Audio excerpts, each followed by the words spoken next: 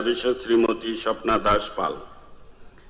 দ্বিতীয়টি দিয়েছেন মাননীয় মন্ত্রী শ্রী অনিমেষ দেববর্মা এবং এটি সমর্থন করেছেন মাননীয় সদস্য শ্রী চিত্তরঞ্জন দেববর্মা। এবং তৃতীয়টি দিয়েছেন মাননীয় মন্ত্রী শ্রী শুক্লাচরণ নোয়াতিয়া এবং এটি সমর্থন করেছেন মাননীয় সরকারি মুখ্য সচেতক শ্রীমতী কল্যাণী সাহা রায়। প্রস্তাবগুলি পরীক্ষা নিরীক্ষা করে বৈধ বলে বিবেচিত হয়েছে। অতএব শুধুমাত্র মাননীয় সদস্য শ্রী রামপদ জমাতিয়া মহোদয়ের নামের প্রস্তাবই সবাই উত্থাপিত হবে। এখন আমি অনুরোধ করব যে কোনো একজন প্রস্তাবক যেন ওই সংক্রান্ত প্রস্তাবটি সবাই উত্থাপন করেন। মাননীয় মুখ্যমন্ত্রীকে বলছি। মাননীয় ভারপ্রাপ্ত অধ্যক্ষ মহোদয়, আমি মাননীয় ভারপ্রাপ্ত অধ্যক্ষ মহোদয় ত্রিপুরা বিধানসভার অধ্যক্ষ পদের জন্য মাননীয় সদস্য শ্রী রামপদ জমাতিয়া মহোদয়ের নাম উল্লেখ করে আমি একটি প্রস্তাব উত্থাপন করছি। আমার প্রস্তাবটি হলো that sir Rampada Jamatia, member of the Tripura legislative assembly, be elected as the Speaker of the Tripura Legislative Assembly.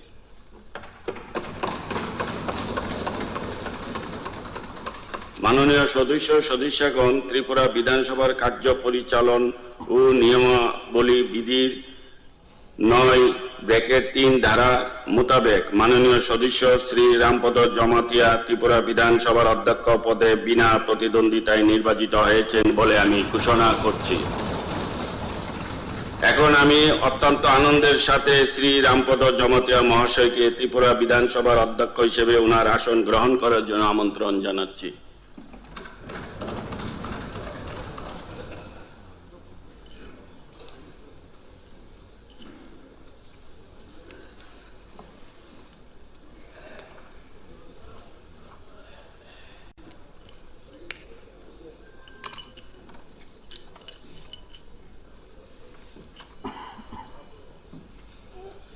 এদিকে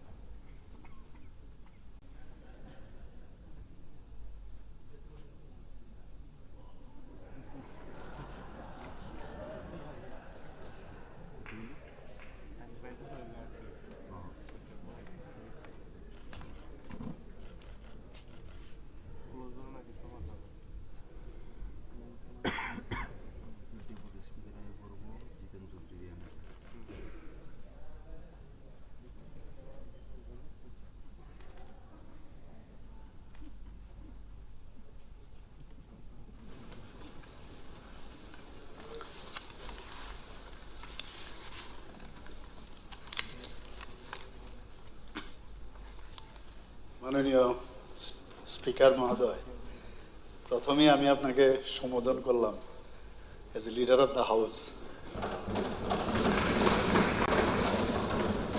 আজকে অত্যন্ত আনন্দের দিন যে আপনার মতো একজন ব্যক্তিত্ব এবং বহুদিন আপনি দুবারের বিধায়ক পাশাপাশি সামাজিক কাজে এবং রাজনীতির সাথে আপনি বহুদিন ধরে জড়িত এবং আপনি মন্ত্রীও ছিলেন আমাদের ত্রিপুরা সরকারের। সেই জায়গায় আমি সমস্ত ত্রিপুরাবাসীর পক্ষ থেকে এবং বিশেষ করে এখানে অপোজিশন লিডারও আছেন এবং সমস্ত যারা আমাদের ট্রেজারি বেঞ্চে আছেন, অপোজিশনে যারা আছেন, সবার পক্ষ থেকে আপনাকে হার্দিক অভিনন্দন ও শুভেচ্ছা জানাচ্ছি এবং আমরা আশা করি যে আপনি যা এই চেয়ারের মর্যাদা নিরপেক্ষতা বজায় রেখে আপনি সবসময় কাজ করবেন এবং আপনার এই যে নতুন একটা দায়িত্ব আপনার পড়লো সেটা যেন একটা ইতিহাসে লেখা হয়ে থাকে, সেই আশা রেখে আমার কথা বলা শেষ করছি। আপনাকে অসংখ্য ধন্যবাদ। আপনার যাত্রা শুভ হোক। মাননীয় অধ্যক্ষ মহোদয়, প্রথমত এই অপোজিশন বেঞ্চের তরফ থেকে এবং আমার ব্যক্তিগত তরফ থেকে আপনাকে অভিনন্দন জানাচ্ছি। এরকম একটা উঁচু পদে খুবই গুরুত্ব হয়েছে। আমি ব্যক্তিগতভাবেও খুবই আনন্দিত যে আপনার সাথে আমার পরিচয় বিগত প্রায় 4.5 দশকের। তিনি যখন ত্রিপুরা জুট মিলে সেখানে কাজ করতেন, আমার এক ভাতিজার সাথে মাননীয় অধ্যক্ষ মহোদয়ের ওনার বসম ফ্রেন্ড, সে সুবাদে আমি প্রায় সময় যেতাম এবং ওনার কোয়ার্টারে খুব খাওয়াতো। তো যাই হোক, এখন তো বয়স হয়ে গেছে, খাওয়া তো চাই না। যে এই আসন থেকে গণতন্ত্রের কণ্ঠস্বরকে আরো সমৃদ্ধ, শক্তিশালী এবং জনমুখী করে তোলার ক্ষেত্রেতে এই আসনের ভূমিকা অত্যন্ত যে খুবই গুরুত্বপূর্ণ। আমাদের দেশের যারা পতিতদশা, যে সমস্ত পার্লামেন্টারিয়ানদের বক্তব্য দলমত নির্বিশেষে অ্যাক্রস দি বোর্ড আলোচিত হয়, যেমন পিলু মোদি, হিরেন মুখার্জি, অটল বিহারী বাজপেয়ী, তারা বলতেন যে house is of the opposition. তার মানে অপোজিশন হাউস চালাবে তা নয়। অর্থাৎ তাদেরই বক্তব্যের মধ্য দিয়ে যে জনগণের কণ্ঠস্বর শাসক দল ইচ্ছে করলে অনেক সময় তুলতে পারেন না, কাজেই সেই জায়গায় অপোজিশন তাদের তরফ থেকেই তার ভয়েসিং, তার উত্থাপনের সুযোগ, সেখানে সেই স্পেস যদি পায় তাহলে সে গণতন্ত্র, সে হাউসের ডিবেট এটা শক্তিশালী হয়, সমৃদ্ধ হয়।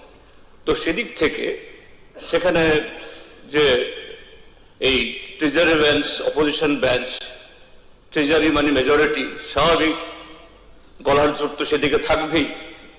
কাজেই অপোজিশন বেঞ্চ হয়তো সংখ্যায় কম, গলার জোর হয়তো কম নয়, কিন্তু যুক্তিতে, বাস্তবিকতায়, সব দিক থেকে কাজে সেই সমস্ত কথাগুলো যাতে এখানে ফ্লোট করা যায়, যে আপনার কাছ থেকে, এই চেয়ার থেকে, এটা সব সময় আমি শুধু অপোজিশনের জন্য না, সবার জন্য এটা আশা করব যে যেন সেভাবেই আমাদের এই হাউসের গরিমা, তার মর্যাদা এবং তার গুরুত্ব এটা বজায় রাখার দিক থেকে আপনি সর্বদাই সচেতন থাকেন। আমরা প্রত্যেকেই কোনো একটা দল থেকে নির্বাচিত, আপনি নির্বাচিত হয়ে এসছেন, তারপরেও কোনো কোনো চেয়ারে যখন আমরা যাই তখন যে দলের ঊর্ধ্বে উঠে সেই চেয়ার এবং সেই চেয়ার থেকে গোটা রাজ্যকে, গোটা সমাজকে, গোটা ভবিষ্যৎকে সেভাবে আমাদের তার বিচার করতে হয়। আমরা আশা করব স্যার যে এই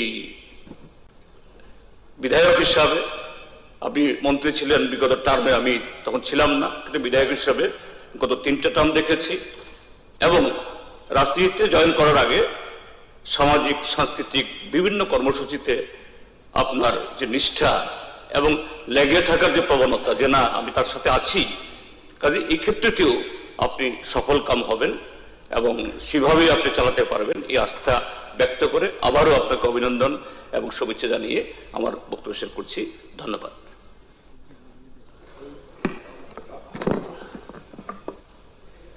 আজকে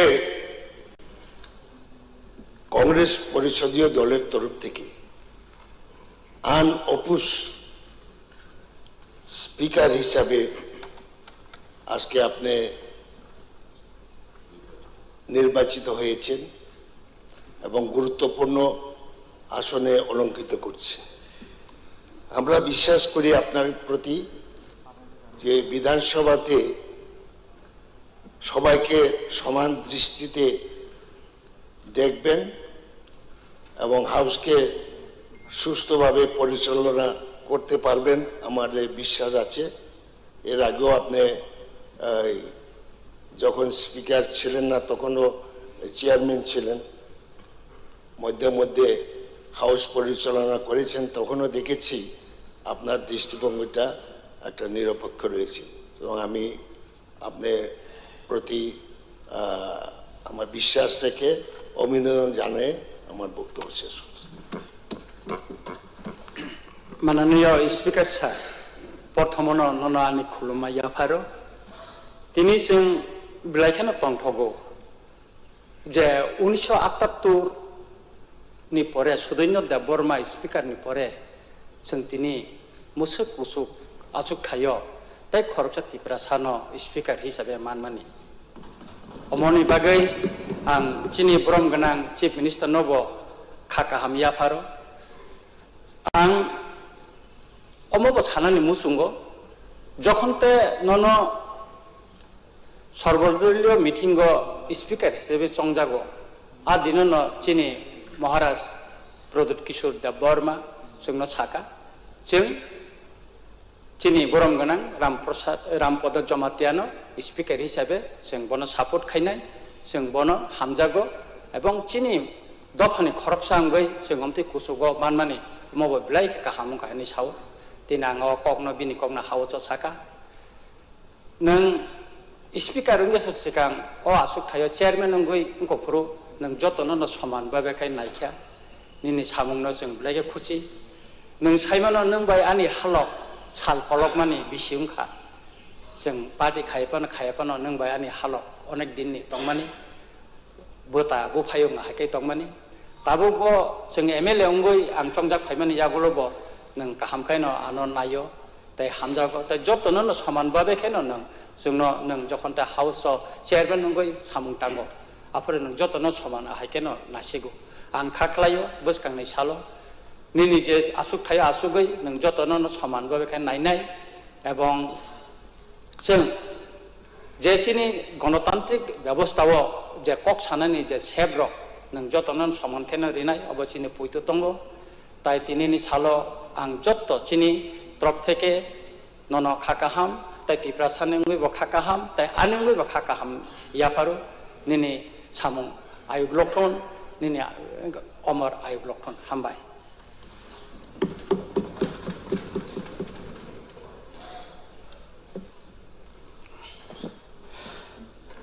Balaike Ambaya Faro Sini Katal Klayoi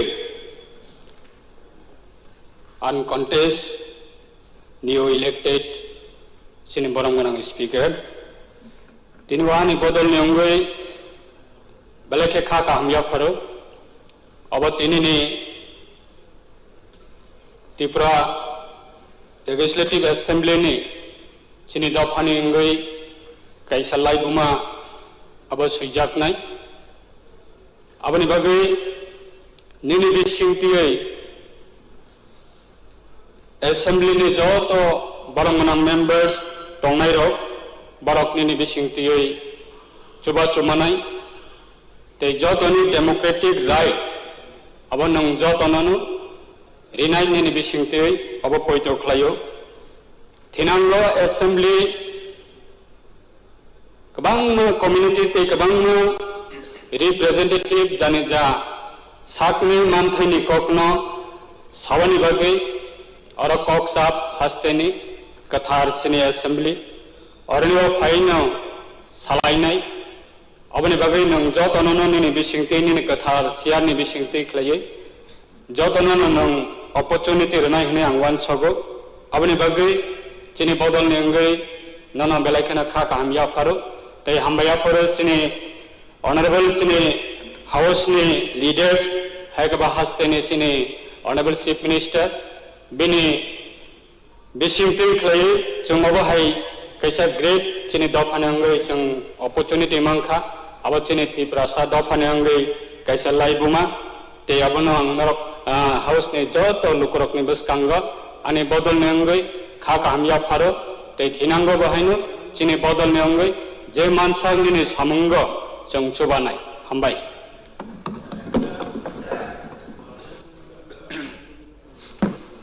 আপনাকে অভিনন্দন। পাশাপাশি এই যে অ্যাক্টিং স্পিকার হিসাবে আমাদের ডেপুটি স্পিকার যে কটা দিন দায়িত্ব পালন করেছেন ওনার প্রতি আমাদের কৃতজ্ঞতা ধন্যবাদ এবং ওনার প্রতি আমাদের অভিনন্দন জানানোর দরকার। টেবিল চাপড়ে আপনাকে আমরা অভিনন্দন জানাতে চাইছি। Thank you. মাননীয় স্পিকার স্যার, অন্য এজেন্ডা যাওয়ার আগে ছোট্ট একটা আমার কথা। স্যার, গতকাল মাননীয় রাজ্যপালের ভাষণের উপর আলোচনা চলছিল, তার শেষ লগ্নে মাননীয় বিধায়ক তোফাজ্জল হোসেন মহোদয় তিনি বক্তব্য রাখতে গিয়ে এমন কতগুলো কথা বলেছেন যেগুলো অসংসদীয় এবং সৌজন্যতার সমস্ত পরিধির বাইরে।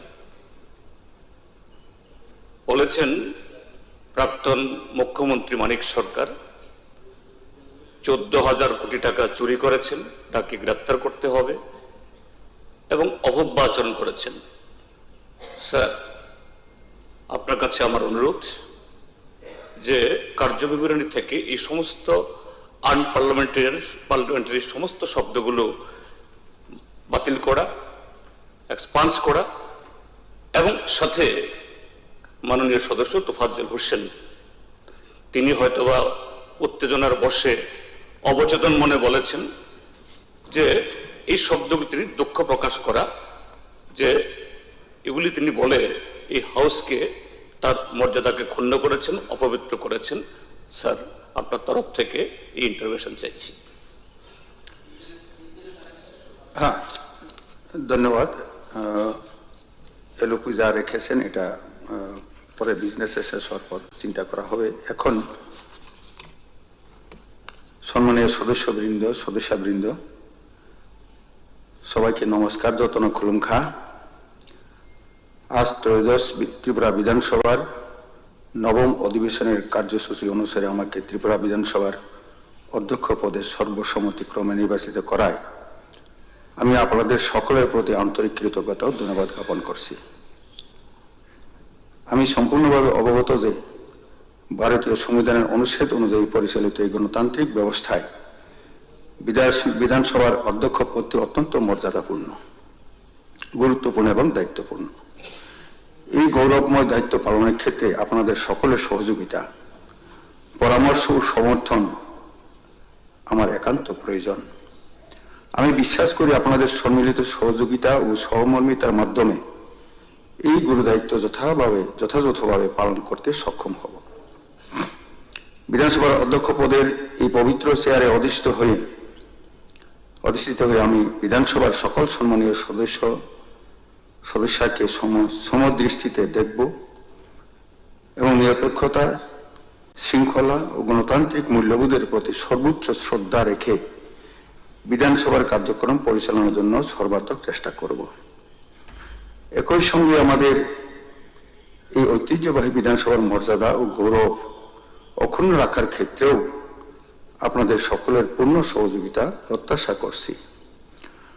পরিষদীয় গণতন্ত্রের নীতি ও বিধানসভার কার্যপ্রণালী ও নিয়মাবলীর বিধির আলোকে এখানে যে সকল বিষয় নিয়ে আলোচনা ও মত বিনিময়ের সুযোগ থাকবে তা যেন সর্বদা গঠনমূলক, শালীন ও ফলপ্রসূ হয়, এই প্রত্যাশা করি।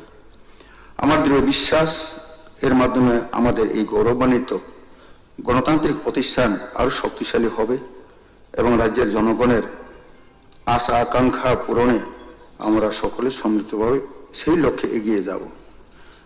পরিশেষে আমাকে ত্রিপুরা বিধানসভার অধ্যক্ষ পদে সর্বসম্মতিক্রমে নির্বাচিত করার জন্য আপনাদের সকলকে পুনরায় আন্তরিক ধন্যবাদ ও কৃতজ্ঞতা জ্ঞাপন করছি। খুলুমখার ধন্যবাদ হামবাই। আমাদের বললাম এই বিষয়টা বলুন ডক্টর স্যার। হ্যাঁ হ্যাঁ না এটা একটু একটু একটু অপেক্ষা করুন এলুপি সাহেব। তো আমাদের সবার কাছে পারমিশন চেয়ে আমি বিশেষ করে আমাদের রাষ্ট্রভাষা হিন্দির মাধ্যমেও কিছু আমি বলতে চাই। माननीय सदस्यगण नमस्कार खुलुमखा। आज इस पवित्र सदन में लोकतंत्र के इस भव्य मंदिर में जो जिम्मेदारी आपने मुझे सौंपी है उसके लिए मैं आप सभी का हृदय से वंदन करता हूं। मुझे इस उच्च सांविधानिक पद के लिए नामांकित करने वाले सभी साथियों के प्रति मैं अपनी कृतज्ञता ज्ञापित करता हूं। सर्वप्रथम मैं इस सदन के नेता और त्रिपुरा के यशस्वी मुख्यमंत्री प्रोफेसर डॉक्टर मानिक शाह जी का आभार व्यक्त करता हूं। इसके साथ ही नेता प्रतिपक्ष श्री जितेंद्र चौधरी जी जो मेरे रिश्ते में चाचा जी भी लगते हैं, भाजपा विधायक दल के सदस्यों, त्रिपुरा के सदस्यों, कांग्रेस विधायक दल के सदस्यों, आईपीएफटी दल के सदस्यों और सदन में उपस्थित अन्य सभी माननीय सदस्यों को धन्यवाद देता हूं कि आपने मुझे सर्वसम्मति से सुनकर त्रिपुरा की लोकतांत्रिक परंपरा को नई ऊंचाई प्रदान की है। साथियों, अध्यक्ष की यह कुर्सी मेरे लिए कोई पद नहीं बल्कि त्रिपुरा के देवतुल्य जनता के विश्वास और आकांक्षाओं की अमानत है। मेरा विचार है कि सदन में सत्ता पक्ष और विपक्ष एक ही रथ के दो पहिया है।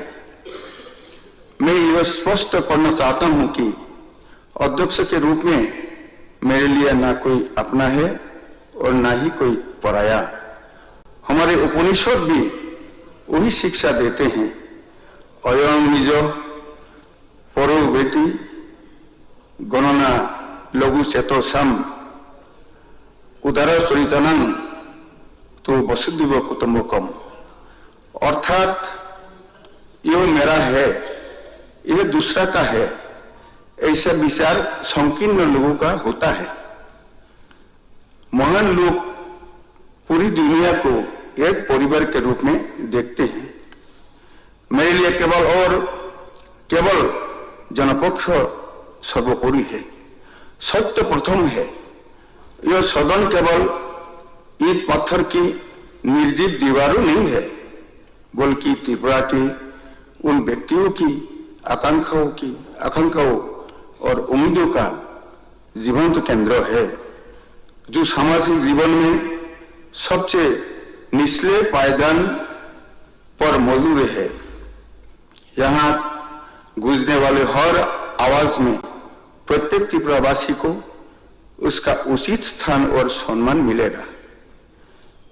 मेरा प्रयास रहेगा कि हम चर्चा के स्तर को इतना ऊंचाई बनाए कि आने वाला पीढ़ियों इस सदन की कार्यवाही से प्रेरणा ले। हमें 3D मंत्र जैसे डिबेट, डिस्कशन और डिसीजन को आत्मसात करना होगा। मेरा लक्ष्य है कि सदन की मर्यादा अक्षुण्ण रहे, जहां तर्क में तथ्य हो और विरोध में भी त्रिपुरा के विकास का विजन हो। मैं आप सभी को विश्वास दिलाता हूं कि मैं पूर्ण निष्पक्षता के साथ संविधान की मर्यादाओं और लोकतांत्रिक मूल्यों की रक्षा करूंगा। मुझे आशा है कि आपके सहयोग और सुझाव से हम सब मिलकर त्रिपुरा विधानसभा को और अधिक सशक्त और गरिमामय बनाएंगे। हम सबका साथ सबका विकास, सबका विश्वास और सबका प्रयास के मंत्रों को लेकर त्रिपुरा को एक त्रिपुरा श्रेष्ठ त्रिपुरा बनाने की दिशा में मिलकर काम करेंगे। एक बार फिर इस अभूतपूर्व विश्वास के लिए आप सभी को हृदय से आभार। जय हिंद, जय त्रिपुरा, जय भारत।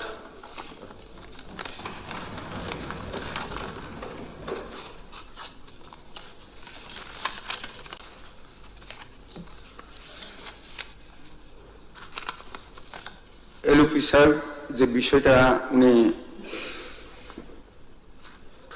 প্রস্তাব রেখেছেন, ওইটা কিছু যদি অন্য কোনো আনপার্লামেন্টারি কিছু কথা থাকে অবশ্যই এটা যাতে বাদ করে দেওয়া হয়। হ্যাঁ, তো পরবর্তী শুধু তা নয় স্যার, দুঃখ প্রকাশ করুক একটা হাউসে। আমি তো বলছি স্যার, অবচেতন মনে হয়তো বলতে পারেন। মাননীয় অধ্যক্ষ মহোদয়, প্রথম হলো ওই সময় আপনি চেয়ারে ছিলেন না যখন উনি বক্তব্য বোধ হয়। আপনি প্রথমে ট্যাপটা শুনুন, যদি কিছু আনপার্লামেন্টারি থাকে বাদ যাবে। হ্যাঁ, এটাই তো আমি এটা কোনো মতেই থাকা উচিত নয়। আর এখন হলো প্রশ্ন শুরু হবে এখন থেকে 1 ঘন্টা, কিন্তু হ্যাঁ, এখন থেকে 1 ঘন্টা।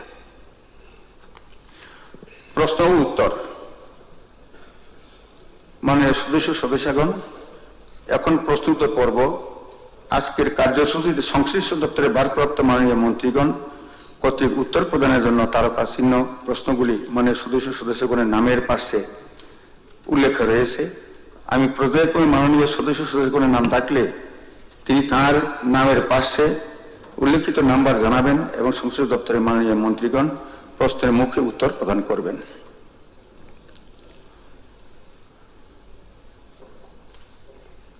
1 নম্বর প্রশ্ন শ্রী রঞ্জিত দাস মহোদয়। মাননীয় অধ্যক্ষ মহোদয়, আমার সৌভাগ্য আপনি প্রথমে চেয়ারে বসার পরে আমাকে এই প্রশ্নের প্রথম এই সভাতে মহতী সভা উত্থাপন করার সুযোগ করে দেওয়ার জন্য, তার জন্য আমার ব্যক্তিগত তরফ থেকে অমরপুরবাসীর পক্ষ থেকে আপনাকে হার্দিক অভিনন্দন এবং প্রণাম জানাচ্ছি। আমার স্টার কোশ্চেন নং 3।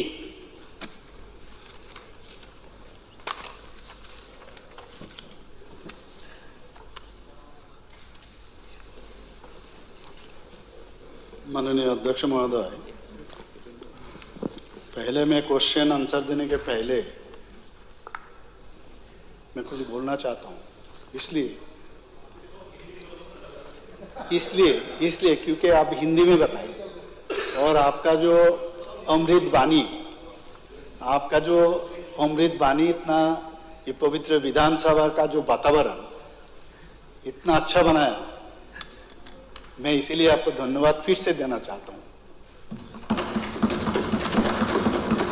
माननीय अध्यक्ष श्री रंजित दास महोदय, क्वेश्चन नंबर 3 प्रश्न, बामपुर एवं कावामारा घाट उच्च माध्यमिक विद्यालय के उच्चतर माध्यमिक विद्यालय उन्नीतकरण करार कोनो परिकल्पना दफ्तर आछे किना? उत्तर, गोमती जिलार पीएमश्री बामपुर उच्च विद्यालय एवं कावामारा घाट उच्च विद्यालय दुटिके उच्चतर माध्यमिक विद्यालय उन्नतीकरণের प्रस्ताव दफ्तरेर निकट एसेছে এবং বর্তমানে দপ্তরের বিবেচনাধীন আছে। 2 নম্বর প্রশ্ন, থাকলে কবে নাগাদ চালু করা হবে বলে আশা করা যায়? উত্তর, উপরের উত্তরের মধ্যেই এই প্রশ্নের উত্তর নিহিত আছে। Supplementary sir? না, সাপ্লিমেন্টারি তো উনি যিনি প্রশ্নকর্তা উনি দিলে পর, না হলে পর আপনি বলতে পারেন। সাপ্লিমেন্টারি স্যার, আমি প্রথমে মাননীয় আপনার মাধ্যমে মাননীয় মুখ্যমন্ত্রীকে ধন্যবাদ জানাবো, কারণ উনি বিষয়টা অনুধাবন করেছেন তারপর আমি একটু বিষয় সংযোজন করছি, কারণ এখানে আমাদের বামপুর যে পিএমসি বিদ্যালয়টি, এটির পাশে আধা কিলোমিটারে রাঙামাটি উচ্চতর মাধ্যমিক বিদ্যালয়। সেটা বিদ্যাজ্যোতি বিদ্যালয় হওয়ার ফলে, সেটা ইংলিশ মিডিয়াম হওয়ার ফলে ওই সমস্ত পাশাপাশি বিদ্যালয়গুলি বাংলা মিডিয়ামের একটা অভাব বোধ করছেন 11-12-এ। তো এই বিদ্যালয়টি বিশেষ গুরুত্বপূর্ণ, না হলে পরে সমস্ত ছেলেমেয়েরা অমরপুর শহরের উপরে বিদ্যালয়গুলোর উপরে চাপ করছে। ঠিক একইভাবে কাওয়ামারা যে বিদ্যালয়টি, সেটা আমাদের অমরপুরের অদ্বৈত মল্লবর্মন স্মৃতি মহাবিদ্যালয়ের পাশে রয়েছে। ওই বিদ্যালয়টিও অমরপুর শহর থেকে যে বিদ্যালয়গুলো উচ্চতর মাধ্যমিক বিদ্যালয় রয়েছে, অর্থাৎ 11 এবং 12, ওই সমস্ত দূরত্ব প্রায় 10-12 কিলোমিটার। তো এই কারণে দুটো বিদ্যালয়কে উচ্চতর মাধ্যমিক বিদ্যালয়ে উন্নতি করলে ওই ছেলে মেয়েদের সবচেয়ে বেশি সুবিধা হবে। সাপ্লিমেন্টারি স্যার, আমার কমলাসাগর বিধানসভা উত্তর নেহালচন্দ্রনগর উচ্চ বিদ্যালয়কে উচ্চতর বিদ্যালয় যদি করা হয় তাহলে ওই এলাকার ছাত্রছাত্রীদের অনেক সুবিধা হয়। কারণ পশ্চিম গোকুলনগর উচ্চ বিদ্যালয় আছে এবং আম্বেদকর উচ্চ বিদ্যালয় আছে মোটামুটি 2-3 কিলোমিটার মধ্যে। কিন্তু আমাদের যদি 12-এ মানে দ্বাদশ শ্রেণীতে পড়াশোনা করতে হয় তাহলে দেবীপুর হায়ার সেকেন্ডারি স্কুল প্রায় 7 কিলোমিটার, কসবেশ্বরী মায়ের মন্দির কাছাকাছি, আরেকটি আছে পূর্ব গোকুলনগর দ্বাদশ শ্রেণী বিদ্যালয়, ওইটারও দূরত্ব প্রায় 7 কিলোমিটার। তো তারপর মিডলে ছেলে মেয়েদের যদি স্কুলে যেত 2বার গাড়ি বদলাতে হবে। ওই জন্য আমাদের উত্তর নেহালচন্দ্রনগর বিদ্যালয়টিকে যদি উচ্চতর মাধ্যমিক বিদ্যালয়ে প্রতিষ্ঠিত করা হয় তাহলে এলাকাবাসীর যে দাবি সনদ আমাকে দিয়েছে, এটা আমাদের রাজ্যের শিক্ষামন্ত্রী তথা আমাদের রাজ্যের জনপ্রিয় মুখ্যমন্ত্রীজির কাছে আমার আবেদন, ওই বিদ্যালয়টিকে যেন উচ্চতর মাধ্যমিক বিদ্যালয় করা হয়। ধন্যবাদ। আমার একটা সাপ্লিমেন্টারি আছে। বিলোনিয়া বিধানসভার অনারেবল মেম্বারদেরকে অনুরোধ করব, আমাদের ইয়ে তো খুব কম সময়, তবু একটা শর্ট করে বলবেন, আপনাকে অনুরোধ করবো। হ্যাঁ, কারণ সবাই এখানে জ্ঞানী গুণী আছেন, আকার ইঙ্গিতেই মানে এই স্কুলটাকে কি করতে চান বলেন। পাইকোলা দ্বাদশ বিদ্যালয় স্কুলটি 12-এ উন্নীত হয়েছে, সায়েন্সও সেখানে আছে। এখানে স্টাফ আছে এবং ক্লাস 11-এ স্টুডেন্ট, সেখানে 100 জনের উপরে ক্লাস 11-এ স্টুডেন্ট আছে, কিন্তু ক্লাসরুম নেই, হেডমাস্টার রুম নেই, স্টাফ রুম নেই। আমার প্রস্তাব হচ্ছে এখানে আরো 5টা রুম করা দরকার আর্জেন্টলি। এই বিষয়টাই আমার প্রস্তাব হিসাবে উত্থাপন করছি। সাপ্লিমেন্টারি স্যার, প্রথমে আপনাকে কংগ্রাচুলেশন জানাচ্ছি। এই উচ্চ পদে আপনি আসন পেয়েছেন এবং আশা করি এবং ঈশ্বরে প্রার্থনা করব যে আপনি সুন্দরভাবে পরিচালনা করবেন। আমার সাপ্লিমেন্টারি হচ্ছে তৈদুবাড়ি হাই স্কুল একটা আছে, আরেকটা তৈদুবাড়ি হায়ার সেকেন্ডারি স্কুল আছে, তো আরেকটা জাম্বুকবাড়ি হাই স্কুল সেটিও ইংলিশ মিডিয়াম স্কুল হয়ে গেছে, এবং তৈদুবাড়ি হায়ার সেকেন্ডারি স্কুল সেটি আন্ডার বিদ্যাজ্যোতি স্কুল, সেটিও ইংলিশ মিডিয়াম হয়েছে। কিন্তু এখন তৈদুবাড়ি হাই স্কুল একটা মানে বাংলা মিডিয়াম স্কুল আছে, সেখানে কিন্তু ছাত্রছাত্রীরা পাস হবার পরে ক্লাস 11-12-এ ভর্তি হওয়ার জন্য বাংলা মিডিয়াম স্কুল তাদেরকে অম্পি যেতে হয় অথবা তেলিয়ামুড়া যেতে হয়। তো অম্পি এবং তৈদুবাড়ির প্রায় দূরত্ব 8 কিলোমিটার। তো সেখান থেকে ছেলে মেয়েরা ওখানে আপ ডাউন করে পড়াশোনা করা খুবই কঠিন। তাই আপনার মাধ্যমে আমি মাননীয় দপ্তরের ভারপ্রাপ্ত মন্ত্রীর কাছে আমি আবেদন রাখবো, তৈদুবাড়ি হাই স্কুল যে বেঙ্গলি মিডিয়ামটাকে হায়ার সেকেন্ডারি স্কুলে উন্নীত করার জন্য অনুরোধ রাখছি। ভাই, মাননীয় অধ্যক্ষ মহোদয়, এখানে মাননীয় বিধায়ক শ্রী রঞ্জিত দাস মহোদয় যে বললেন, এখানে অমরপুর ব্লকে কিন্তু 9টি উচ্চতর মাধ্যমিক বিদ্যালয় অলরেডি রয়েছে এবং সেখানে এই বিদ্যালয়ে প্রায় 7টি বাংলা মাধ্যমের এবং 2টি ইংরেজি মাধ্যম রয়েছে সেখানে। আর আমি তো বলেছি এখানে যে অলরেডি যে এই প্রস্তাব দপ্তরের নিকট এসছে, এটা বিবেচনাধীন আছে। এবং তাছাড়াও এখানে যে বামপুর উচ্চ বিদ্যালয়ের নিকটবর্তী উচ্চতর মাধ্যমিক বিদ্যালয়টি হলো পিএমসি দক্ষিণ Amarpur town higher secondary school এবং সেটা এই স্কুল থেকে 8 কিলোমিটার দূরে অবস্থিত।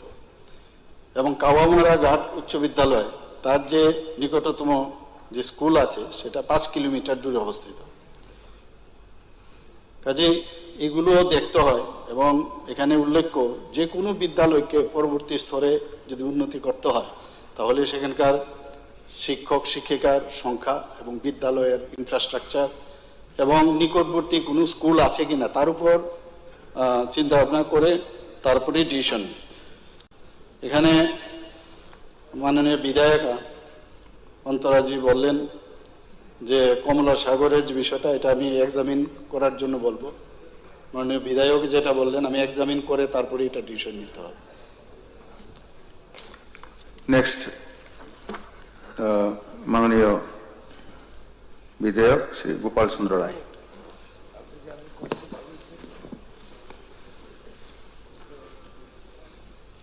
মাননীয় অধ্যক্ষ মহোদয়, প্রথমেই আমার আন্তরিক অভিনন্দন আপনাকে।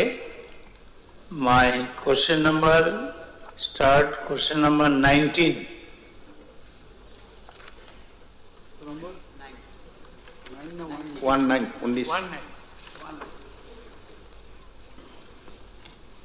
মাননীয় অধ্যক্ষ মহোদয়, মাননীয় বিধায়ক শ্রী গোপাল চন্দ্র রায় মহোদয়ের কোশ্চেন নাম্বার 19।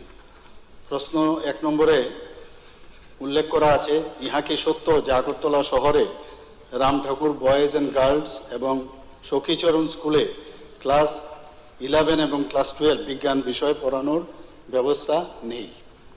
উত্তর হচ্ছে কথাটি সত্যি।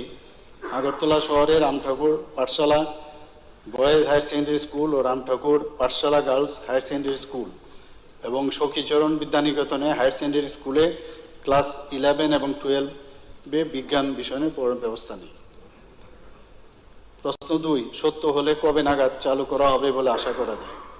উত্তর, বিদ্যালয় কর্তৃপক্ষ এবং পরিচালনা কমিটি থেকে এই সংক্রান্ত সুনির্দিষ্ট প্রস্তাব এলে বিদ্যালয়ের পরিকাঠামো, বিজ্ঞান বিষয়ক পরীক্ষাগার, বিজ্ঞান বিষয় খোলার প্রয়োজনীয়তা এবং প্রয়োজনীয় সংখ্যক বিজ্ঞান বিষয়ক শিক্ষক শিক্ষিকা রয়েছে কিনা ইত্যাদি বিবেচনা করে দপ্তর তার পদক্ষেপ গ্রহণ করবে। সাপ্লিমেন্টারি স্যার, একবারে যা বলবেন বলে ফেলবেন, দ্বিতীয়বার যাতে না উঠতে হয়, তৃতীয়বার যাতে না উঠতে হয়, সময়টাও একটু শর্ট আজকে হয়ে যাবে। শুভ দিন, আপনি আনইউনিভার্সলি ইলেক্টেড হয়েছেন। আমি স্যার আমার বক্তব্য হলো, একদিকে আমি খুব লাকি, আজকে যে প্রশ্নটা এর মধ্যে গান্ধী রাম ঠাকুর বয়েজ অ্যান্ড গার্লস আমাদের 9 নম্বর বর্ণাবলীপুরে পড়েছে, আর আমাদের লিডার অফ দ্য হাউস মাননীয় মুখ্যমন্ত্রীর এলাকা সখীচরণ স্কুলটা পড়েছে। আজকে মোর দেন 20 ইয়ার্স এখানে বিজ্ঞান শাখা নেই। আর রাম ঠাকুর বয়েজ অ্যান্ড গার্লস এবং সখীচরণও এখানে একটু নিম্ন আয়ের লোকজনের পড়াশোনা করে, প্রতাপগড় থেকেও আছে চারিদিকে। তো স্যার, ওরা যদি বিজ্ঞান পড়ার থেকে বঞ্চিত হয়, যদি মুখ্যমন্ত্রী মহোদয় মনে করেন, তাহলে আমার কিছু বলার নেই।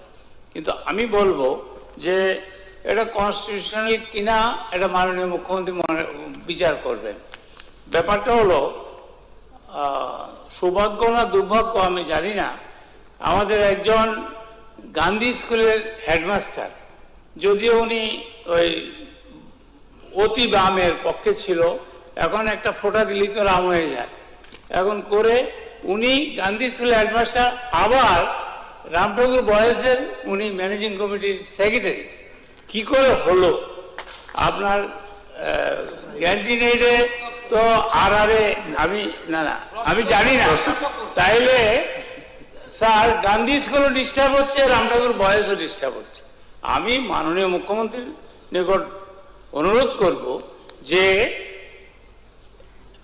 বিদ্যালয় কর্তৃপক্ষ কি করবে, কারণ যে আমার গান্ধী স্কুলের যিনি প্রধান শিক্ষক তিনি তো রাম ঠাকুর বয়েজের উনি তো সেক্রেটারি ম্যানেজিং কমিটি, এবং স্নেহধন্য একটা বিশেষ আচ্ছা, প্রশ্নটার সাথে স্যার প্রশ্নটার সাথে প্রশ্নের সঙ্গেই আছে স্যার।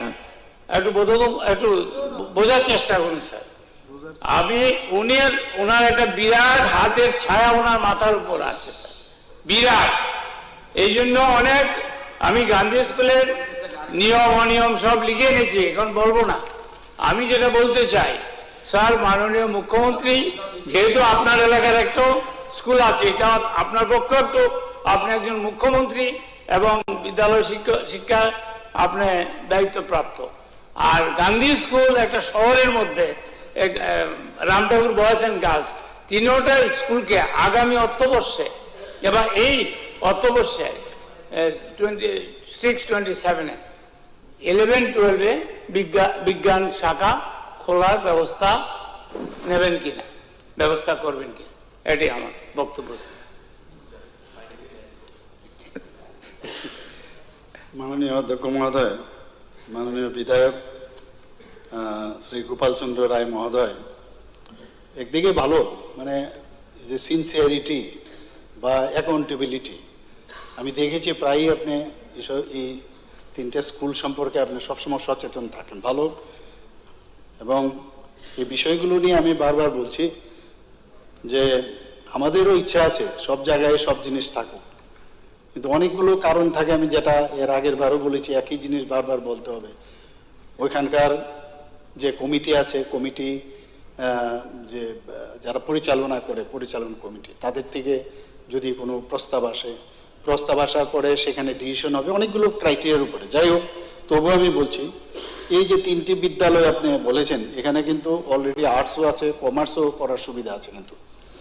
আচ্ছা, আর পাশাপাশি আপনি যদি দেখেন এখানে প্রায় 500 মিটার থেকে 1 কিলোমিটারের মধ্যে আরও বিজ্ঞান পড়ার জন্য কেউ যদি সায়েন্সে যেতে চায়, যে আমার বাড়ির সামনেই থাকতে হবে এরকমটা না, তাছাড়াও কিন্তু আবার বেশি দূরেও না, 500 মিটার থেকে 1 কিলোমিটার। কি কি স্কুল? নেতাজি সুভাষ বিদ্যানিকেতন আছে, Mahatma Gandhi memorial higher secondary school আছে, সেখানে যদি আমরা নেতাজি সুভাষ বিদ্যানিকেতনের কথা বলি, সেখানে প্রায় 150টার মতো আসন আছে। Mahatma Gandhi memorial higher secondary স্কুলের কথা যদি বলি, সেখানেও প্রায় 150 জন আসন বিজ্ঞানে পড়তে পারে ইচ্ছে করলে, আদার্স সাবজেক্টগুলো আছে।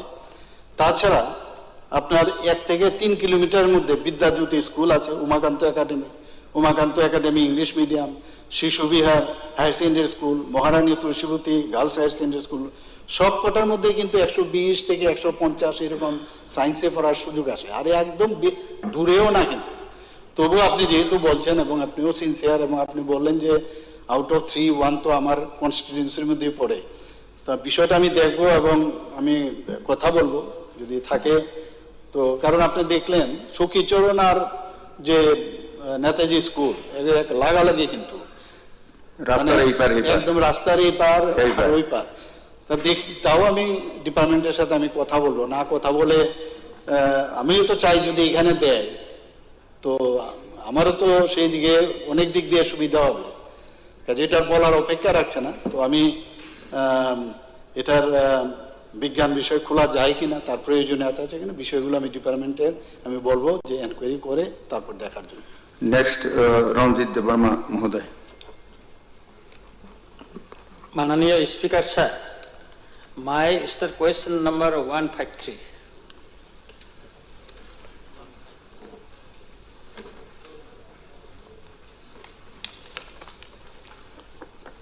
মাননীয় অধ্যক্ষ মহোদয়, মাননীয় বিধায়ক শ্রী রঞ্জিত দেববর্মা মহোদয়, কোশ্চেন নাম্বার 153, সেখানে প্রশ্ন 1-এ রাখা হয়েছে রামচন্দ্রঘাট বিধানসভা কেন্দ্রে 2024-25 ইংরেজিতে এবং 2025-26 ইংরেজি অর্থবর্ষে কয়টি বিদ্যালয়ে মেরামতের কাজ হয়েছে?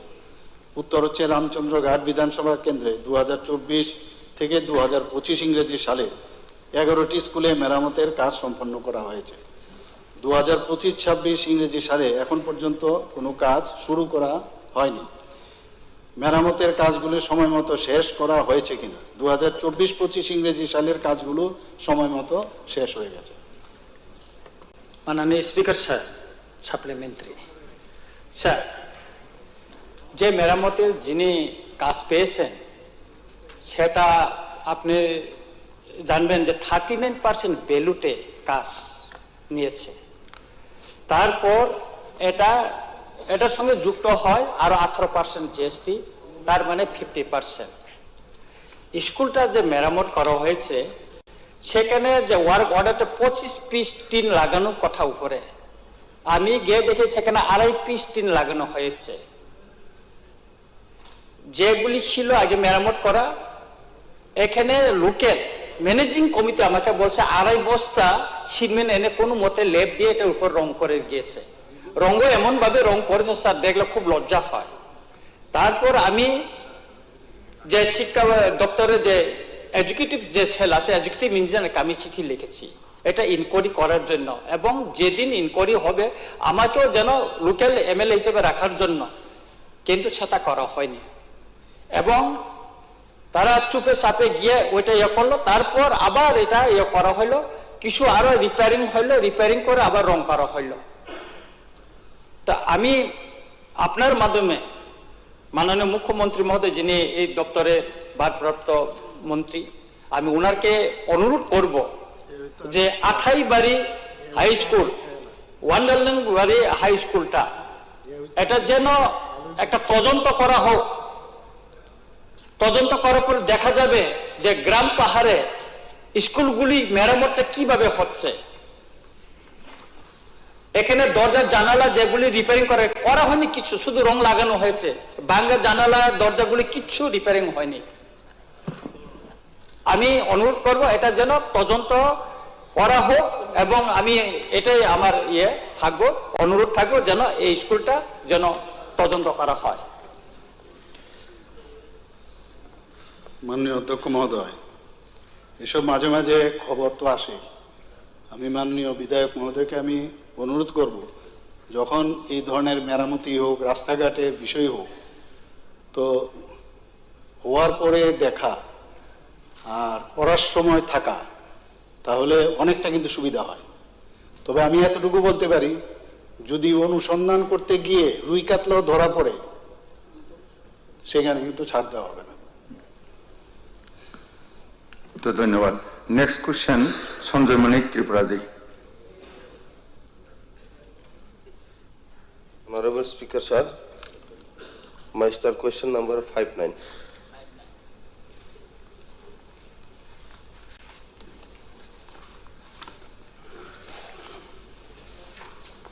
মাননীয় অধ্যক্ষ মহোদয়, গত 15/1/2025 ইংরেজি তারিখে বিধানসভায় এডমিটেড স্টার্ট কোশ্চেন নাম্বার 94-এর উত্তরের পরিপ্রেক্ষিতে ত্রিপুরা ভাষা ও সাহিত্যের উন্নয়ন ও সংরক্ষণের জন্য পৃথকভাবে ত্রিপুরা ভাষা উন্নয়ন কমিটি কবে নাগাদ গঠন করা হবে বলে আশা করা যায়? উত্তর হচ্ছে, রাজ্য সরকারের অনুমোদন ক্রমে 10/3/2025 তারিখে নাম্বার F1(2004) (KBK-OML/2018/183-203) শেহামুলে ত্রিপুরা ভাষা সহ অন্যান্য বিভিন্ন ভাষা সম্প্রদায়ের সাহিত্যের উন্নয়ন ও সংরক্ষণের জন্য পৃথকভাবে ভাষা উন্নয়ন কমিটি গঠনের দাবি পর্যালোচনা ও বিবেচনার উদ্দেশ্যে একটি রাজ্যস্তরীয় কমিটি গঠন করা হয়েছে। উক্ত কমিটির প্রথম সভা 23/5/2025 ইংরেজি তারিখে অনুষ্ঠিত হয় এবং 11/2/2026 তারিখে দ্বিতীয় সভায় বিশিষ্ট শিক্ষাবিদ ও ভাষাবিদদের সমন্বয়ে একটি উপকমিটি গঠন করা হয়। উক্ত পৃথক উপকমিটি সংখ্যালঘু ভাষার মর্যাদা স্বীকৃতির ক্ষেত্রে প্রযোজ্য নীতিমালা, মানদণ্ড ও প্রক্রিয়াগত কাঠামো নির্ধারণের লক্ষ্যে একটি নির্দেশিকা প্রণয়ন করবে। অতএব ত্রিপুরা ভাষা ও সাহিত্যের উন্নয়ন ও সংরক্ষণের জন্য পৃথকভাবে ত্রিপুরা ভাষা উন্নয়ন কমিটি গঠনের বিষয়টি বর্তমানে উক্ত রাজ্যস্তরীয় কমিটি খতিয়ে দেখছে। প্রশ্ন 2, না হয়ে থাকলে এর কারণ কি? উত্তর: 1 নম্বর প্রশ্নের উত্তরের পরিপ্রেক্ষিতে 2 নম্বর প্রশ্নের উত্তর প্রয়োজনীয়তা নেই। প্রশ্ন 3, ত্রিপুরা ভাষা ও সাহিত্যের উন্নয়নের জন্য রাজ্য সরকারের কোনো নির্দিষ্ট পরিকল্পনা রয়েছে কিনা, থাকলে তা কি কি? ঐতিহ্যভাবে ত্রিপুরা ভাষা ককবরক ভাষার একটি উপভাষা হিসাবে স্বীকৃত এবং বর্তমানে ককবরক ভাষা উপভাষা হিসাবে অন্তর্ভুক্ত রয়েছে। এছাড়া রাজ্যে ককবরক ভাষার উন্নয়নের জন্য ইতিমধ্যেই একটি উন্নয়ন কমিটি কার্যরত রয়েছেন। ককবরক ভাষার উন্নয়নের লক্ষ্যে রাজ্য সরকার কর্তৃক বিভিন্ন কার্যক্রম গ্রহণ ও বাস্তবায়ন করা হচ্ছে, যার মধ্যে ভাষা সংরক্ষণ, সাহিত্য বিকাশ, শিক্ষামূলক উদ্যোগ এবং প্রশিক্ষণমূলক কর্মসূচি অন্তর্ভুক্ত রয়েছে। নেক্সট, মাননীয় সদস্য শ্রী তফজ্জল হোসেন। ধন্যবাদ মাননীয় স্পিকার স্যার। আমার ব্যক্তিগত তরফ থেকে, আমার হৃদয়ের অন্তঃস্থল থেকে আপনাকে ধন্যবাদ জানাচ্ছি এই কারণে, কারণ এই পবিত্র বিধানসভায় গণতান্ত্রিকভাবে আপনি সর্বশ্রেষ্ঠ চেয়ারে অবতীর্ণ হয়েছেন। আমার কোশ্চেন নাম্বার 7070।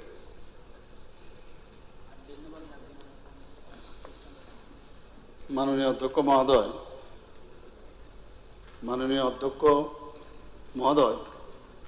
মাননীয় বিধায়ক তোফাজ্জল হোসেন মহোদয় যে প্রশ্নটা তুলেছেন এখানে 1 নম্বর, বক্সনগর ব্লক এলাকাধীন 8টি 12 বিদ্যালয়ের বাউন্ডারি ওয়াল নির্মাণ করার কোনো পরিকল্পনা দপ্তরের আছে কিনা।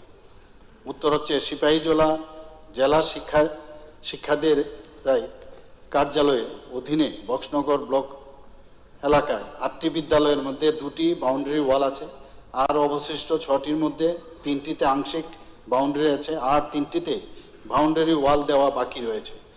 আর্থিক সংস্থান হলে বাউন্ডারি ওয়াল নির্মাণের পরিকল্পনা বিবেচনাধীন করা হবে। সাপ্লিমেন্টারি স্যার, আমি গত সেশনেও এটা সাপ্লিমেন্টারিতে এনেছিলাম যে বাউন্ডারি ব্যাপারটা আমাদের যে মাননীয় মুখ্যমন্ত্রী মহোদয় এবং দপ্তরের মন্ত্রী মহোদয় বলেছেন যে সত্য যে আমাদের 3টা স্কুল, সেই 3টা অত্যন্ত সেন্সিটিভ, কারণ এই 3টা স্কুল 12 স্কুল কিন্তু এগুলো মার্কেটের পাশাপাশি অবস্থিত।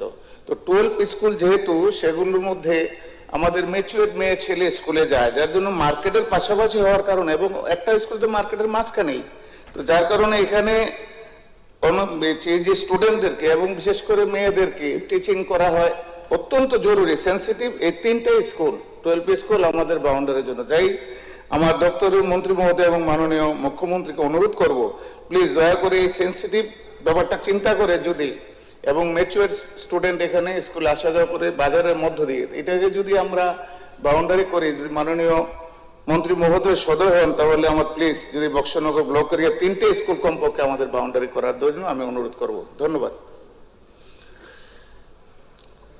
মাননীয় অধ্যক্ষ মহোদয়, আমাদের দপ্তরের তো আমরা সবাই জানি যে দপ্তরে আর্থিক সীমাবদ্ধতা রয়েছে, তথাপি পরিকল্পনা অনুযায়ী ধীরে ধীরে বিদ্যালয়ের চাহিদা অনুযায়ী বাউন্ডারি ওয়াল নির্মাণ করার প্রচেষ্টা জারি থাকবে। এখানে প্রসঙ্গক্রমে 2018 সাল থেকে এখন পর্যন্ত, কারণ বহু জায়গায় not only around the school, অনেকগুলো হসপিটালেও দেখবেন বাউন্ডারি ছিল না, তো ধীরে ধীরে করে আমরা বাউন্ডারি দিচ্ছি। তো 2018 থেকে এখন পর্যন্ত আমরা সারা ত্রিপুরাতে প্রায় 69টি বিদ্যালয়ে বাউন্ডারি ওয়াল নির্মাণ করেছি আমরা। তো ধীরে ধীরে আর্থিক ব্যবস্থা হলে মাননীয় বিধায়ক তোফাজ্জল হোসেন যে বলেছেন, সেই প্রচেষ্টা দপ্তরের তরফ থেকে আমি বলবো সেটাকে প্রায়োরিটি দিয়ে দেখার জন্য। ধন্যবাদ। এখন পরবর্তী প্রশ্ন, Pathanlal জমাতিয়াজি। Thank you so much, Honorable Speaker, sir. My start question number 87.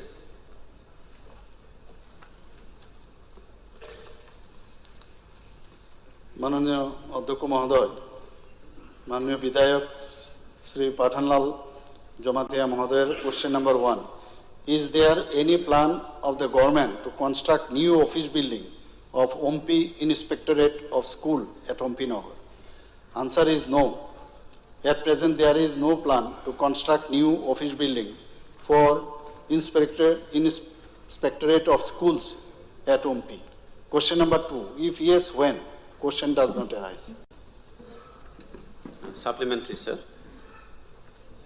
OMP IS office বর্তমানে একটা ছোট্ট 2 থেকে 3 গন্ডার মধ্যে ছোট্ট একটা অফিস আছে, চালটা টিনের চাল দিয়ে, এবং খুব কনজেস্টেড। আমি যখন যাই দেখতে পাই সেখানে একদম অফিসের যতগুলি কাগজপত্র রাখতে এবং স্টাফের যেভাবে চলাফেরা করার মতো সাফিসিয়েন্ট স্পেস সেখানে নেই। এবং এত ছোট্ট জায়গার মধ্যে যেহেতু ওই বিল্ডিংটা করা হয়েছে খুব কনজেস্টেড এবং বিল্ডিংটা খুব পুরনো বিল্ডিং, সেখানে কিছু ফাটল ধরে গেছে তাই। এবং আইএস অফিসটা আমরা জানি খুব ইম্পর্টেন্ট, সেখানে আমাদের প্রায় 244 জনের যারা টিচিং স্টাফ, এবং এই আইএস স্কুলের আন্ডারে প্রায় 41টা এসবি স্কুল, হাই স্কুল এবং হায়ার সেকেন্ডারি স্কুল আছে। তো টোটাল স্টাফ মিলে সেখানে 244। তো তাদের যে সার্ভিস বুক থেকে শুরু করে অফিসিয়াল যত কর্মক্রিয়া এবং ছাত্রছাত্রীদের মিড ডে মিলের যত ইম্পর্টেন্স ডকুমেন্টসগুলি কিন্তু সেখানে রাখা হয়।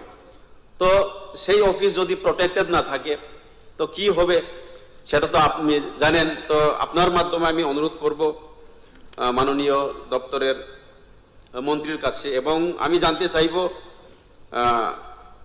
নতুন অফিস বিল্ডিং যে আইএস অফিসটা করা হবে কিনা।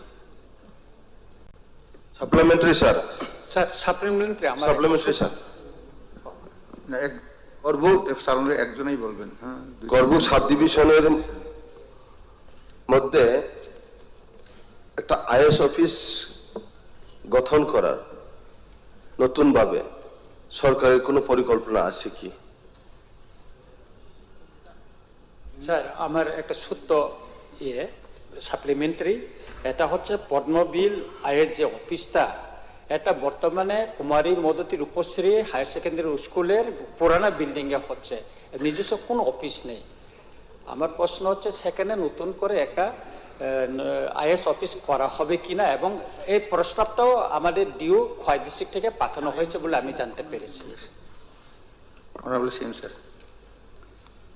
মাননীয় অধ্যক্ষ মহোদয়, মাননীয় বিধায়ক ঠিকই বলেছেন এটা যে ইন্সপেক্টরেট অফ স্কুল আছে, এটা ওইখানে প্রায় 40টা স্কুল এই ইন্সপেক্টর যে স্কুল অফ ইন্সপেক্টরেট আছে এখানে, তারা ওই 40টা স্কুল সেগুলো দেখছেন, ওনারা ইন্সপেক্ট করেন। এখানে প্রায় 4টা পাক্কা রুম আছে, জিসিআই শীট রুফিং আছে, এবং কিছুদিন আগে প্রায় 2 লাখ টাকা সেখানে দেওয়া হয়েছে মেনটেন্যান্সের জন্য।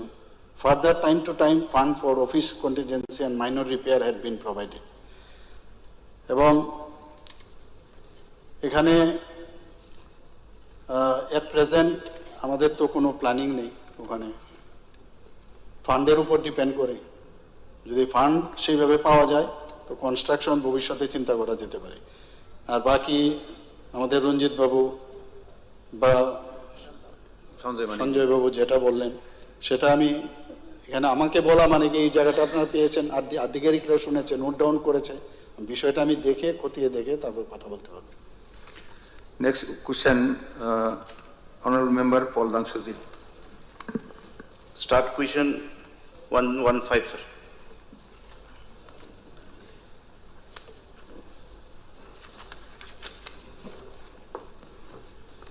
মাননীয় অধ্যক্ষ মহোদয়, মাননীয় বিধায়ক শ্রী পাল দাংশু মহোদয়ের কোশ্চেন নাম্বার হচ্ছে 115।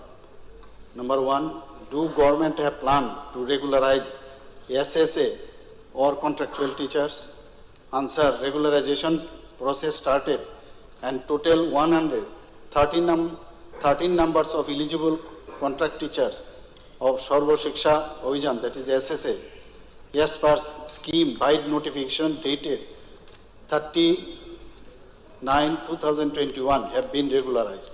Meanwhile, a case regarding regularization of Sarva Shiksha Abhijan contract teacher is pending in the Honorable Supreme Court of India. Question number 2, if yes, then when? The matter is sub judice as stated in reply to question number 1. Number 3, if not, then why? The matter is sub judice as stated in reply number 1. Supplementary, sir. Sir, our SSA teachers, despite of serving their duties for more than 20 years, and after 2 times verdict of Honorable High Court. Our state is yet to regularize them. Sir, in 10 years, one MSCPS is applied. Now it's more than 20 years, so 2 MSCPS should be applied. Sir, SSA teachers are fully qualified now in terms of RTE Act and NCTE regulation. Sir, they have completed their DLED also from recognized institutes. And sir, now already it is grouped and categorized as 1, 2, 3 ABC. We all know, sir, what kind of duty they are doing, be it midday meal duty, be it taking charge over the school, be it BLO, election duties, surveys. Honourable Member, please conclude. If our state withdraw SLP, sir, if our state withdraw SLP, I think our state will only need to bond 10% of their salary, as our state comes under special category. 90% of their salary must be borne by center, sir. And what will be the condition of the teachers who died while in duty, sir? More than 200 teachers Please conclude. have died, sir, because there is no die in harness scheme and there is no pension facilities also, sir. That's why I request Honorable Chief Minister to kindly withdraw the SLP and regularize, because they deserve structured pay, sir. They deserve respectful pay. They are doing their duty like regular teachers, sir. So I request to give them the financial security to withdraw the SLP, and not only SSA teachers, sir, all the other contractual teachers, be it vocational teachers, be it ICT, be it BRP, CRP, sir. They are doing their duty like regular teachers. So this will be my earnest request to the Honorable Minister to kindly withdraw the SLP and regularize them. Thank you. Sir আমি একটু যুক্ত করছি এখানে। তো মূল বক্তব্য তো বলেছেন যিনি প্রশ্নকর্তা। স্যার, যে কোনো গভর্নমেন্ট আসে তাদের একটা ইলেকটোরাল একটা কমিটমেন্ট থাকে। Electoral commitment of present government that all contractual and this kind of engagement will be made permanent, that is they will be regularized. তো এই ক্ষেত্রেতে এখন সরকার করেনি, কিন্তু কোর্ট এটাকে তাদের পক্ষে দাঁড়িয়েছে এবং বলেছে করার জন্য। এবং আমরা যদি দেখি এই বেশ কিছু গভর্নমেন্ট, ইভেন আমাদের নেইবারিং গভর্নমেন্ট আসাম, আরও এরকম কিছু গভর্নমেন্ট সেই ক্ষেত্রেতেও এরকম সমগ্র শিক্ষা অভিযানের টিচারদেরকে সমস্ত সুযোগ সুবিধা দিয়ে রেগুলার করেছে। এবং মাননীয় সদস্য তিনি বারবার বলেছেন যে এই ক্ষেত্রেতে সরকার সেই কোর্টের ভার্ডিক্ট এটা কার্যকরী না করে উল্টো সুপ্রিম কোর্টে গেছেন, এসএলপি পিটিশন ফাইল করেছেন। তো এখানে আমি এই সেদিন বাজেট পেশ করার দিন মাননীয় এই ভারপ্রাপ্ত এই শিক্ষামন্ত্রী তথা মুখ্যমন্ত্রী খুবই কর্মচারীদের প্রতি সদয়, তিনি 5% দিয়ে ঘোষণা করে দিয়েছেন এই চলাকালীন সময়তেও। এই ক্ষেত্রেতেও যদি একটু এশিওর করেন যে এই হাউসকে এই যে না ঠিক আছে, এটা সাবজুডিস ঠিক আছে, সাবজুডিস তো ম্যাটার অফ দি গভর্নমেন্ট, কালকে স্ট্যান্ডিং কাউন্সিলকে দিয়ে পিটিশন উইথড্র করে নিলেই তো হয়ে যায়, কাজে সাবজুডিস তো আটকাবে না। কাজে গভর্নমেন্টে যদি সে সদিচ্ছা থাকে, a sub judice is nothing, tomorrow it can be withdrawn, whether the government মাননীয় মুখ্যমন্ত্রী এই এসএলপি সেই সদয়তা দেখিয়ে এটা উইথড্রন করবেন কিনা। মাননীয় অধ্যক্ষ মহোদয়, আপনি কোনটা ফিক্সড পে এটা তো বলছিলেন, তো কোনটার কথা বলছিলেন? অভিযান যে প্রশ্নটা এসছে এটা এখন আপনারা মানে গভর্নমেন্ট এটা হাইকোর্টের রাইটটা কার্যকরী না করে এসএলপি পিটিশন করেছেন যাতে এটা যাতে কার্যকরী না হয়। তো এটা এসএলপি তুলে নিলেই হয়, হয়ে গেল। এখানে আমার কাছে যে তথ্যটা আছে মাননীয় অধ্যক্ষ মহোদয়, এখানের মধ্যে যে তথ্য আমার কাছে দেওয়া হয়েছে সেখানে লেখা হয়েছে যে যে জাজমেন্ট দেওয়া হয়েছে অনারেবল হাইকোর্ট থেকে, সেটা কি দেওয়া হয়েছে, 23 দেওয়া হয়েছিল 23/2/2021। এখানে ওনারা বলেছেন এটা পলিসি অ্যাডপ্ট করার জন্য, এসএস এর জন্য। সেই জায়গার মধ্যে আমরা একটা পলিসি কিন্তু আমরা তৈরি করেছি, দুটো কিন্তু দুরকম। সেই পলিসি অনুযায়ী যেটা মাননীয় বিধায়ক বলেছেন এখানে যে সর্বশিক্ষা অভিযানের সেই কন্ট্রাক্ট টিচার যারা এঙ্গেজ হয়েছে তাদের জন্য একটা পলিসি করার জন্য। তো এখানে 1, 2, 3 এবং 3-র মধ্যে আবার ABC এবং তার ক্রাইটেরিয়াও দেওয়া আছে as per direction by the honourable high court. সেখানে যে ক্রাইটেরিয়া ক্যাটাগরি 1-এ আমরা কি রেখেছি, সেখানে রাখা হয়েছে সর্বশিক্ষা Abhiyan contract teachers who have qualified in the Tripura Teachers Eligibility Test, that is TTET, and have not joined as regular teachers still 23-21, অর্থাৎ ওই যে জাজমেন্টটার যেটা দেওয়া হলো, and have not joined এত till will be regularized।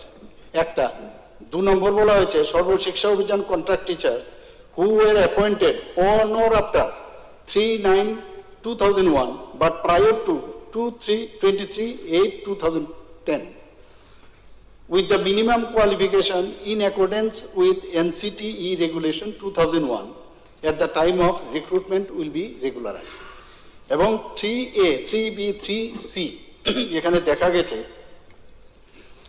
যে টোটাল 113 জন মাত্র Sarvashiksha Abhiyan contract teachers they have been found eligible for regularisation, এবং তাদেরকে কিন্তু আমরা রেগুলারাইজও করি। কাজে এখানে তো ঘটনাটা হচ্ছে হাইকোর্টের নির্দেশ অনুযায়ী কিন্তু আমরা সেটা করেছি। এই তো আমার কাছে এই রিপোর্টটা আমার কাছে আছে। কিন্তু আরেকটা আছে যেটা টেটের যেটা ফিক্সড পে, সেটা কিন্তু আরেকটা এসএলপি যেটা আমরা করেছি। এখন এইটার বিষয়ে যদি বলেন তাহলে আমি বলতে পারি, আমি বুঝতে পারছি না এখানের সাথে আমার কাছে যে দেওয়া আছে এখানে কিন্তু আর কোনো আমার কাছে তথ্য এখানে নেই। এতটুকুই দেওয়া আছে যে 113 জন মাত্র ইলিজিবল হয়েছে। আপনি গুলিয়ে ফেলছেন, ওইটার ওই কেসটা না, রেগুলারাইজেশন না, এটা সমগ্র শিক্ষা অভিযানের একটা কেস।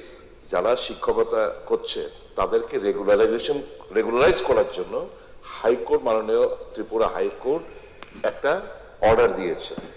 এই অর্ডারের বিরুদ্ধে রাজ্য সরকার তাদের রেগুলারাইজ না করে এটা এসএলপি দাখিল করেছেন অ্যাপেক্স কোর্টে।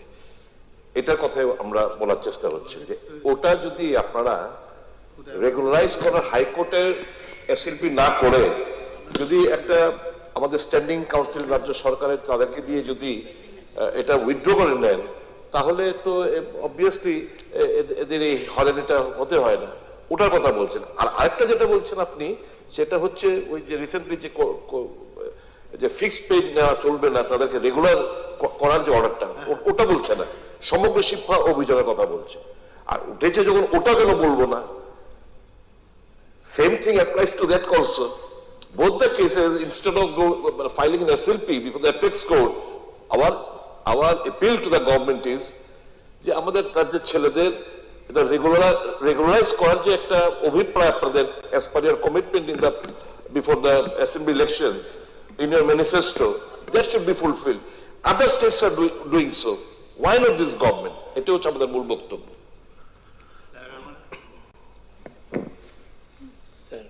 একটা বিষয় নিয়ে স্যার, মাননীয় মুখ্যমন্ত্রীর অবগতির জন্য বলছি, পাশের রাজ্য আসাম, ওটাও কিন্তু ডাবল ইঞ্জিন। ওখানে সর্বশিক্ষা সবাইকে রেগুলার করেছে, এটা মণিপুরও করেছে। এটা আপনার গাদারতে বললাম। এখন এসএলপি করা সুপ্রিম কোর্টে কর্মচারীদের সাথে, এখানে আপনার একটা ছবি দেখে আমার খুব ভালো লেগেছে। মাননীয় মুখ্যমন্ত্রী বিরাট ছবি, কি কর্মচারীদের থেকেও তাদের স্বার্থ নিয়ে বেশ চিন্তা বর্তমান সরকারের মুখ্যমন্ত্রী। আপনি এই চিন্তা যদি সুপ্রিম কোর্ট গিয়ে সর্বশিক্ষা থেকে ঝুলিয়ে রাখা হয়, আমার কিছু বলার নেই।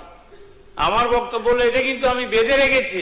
আপনি বলেছেন কর্মচারীদের জন্য আপনার বুক ব্যথা করে, ব্যথার অর্থ সুপ্রিম কোর্ট না, তাদের রেগুলার করা। এই হলো আমি আজকে ফটো তুলে। ঠিক আছে বলো। Thank you. অনারেবল সিএম সাহেব। মাননীয় অধ্যক্ষ মহোদয় যে বিষয়টা এনেছে এটা এসএলপি আছে ঠিকই ঠিকই বলেছে, তবে আমি এটা ল ডিপার্টমেন্টের সাথে আমার কথা বলতে হবে, বলে তারপরে কথা বলবো। Okay, next honourable member Shambhulal Chakma. Sir, starred question number 119, 119।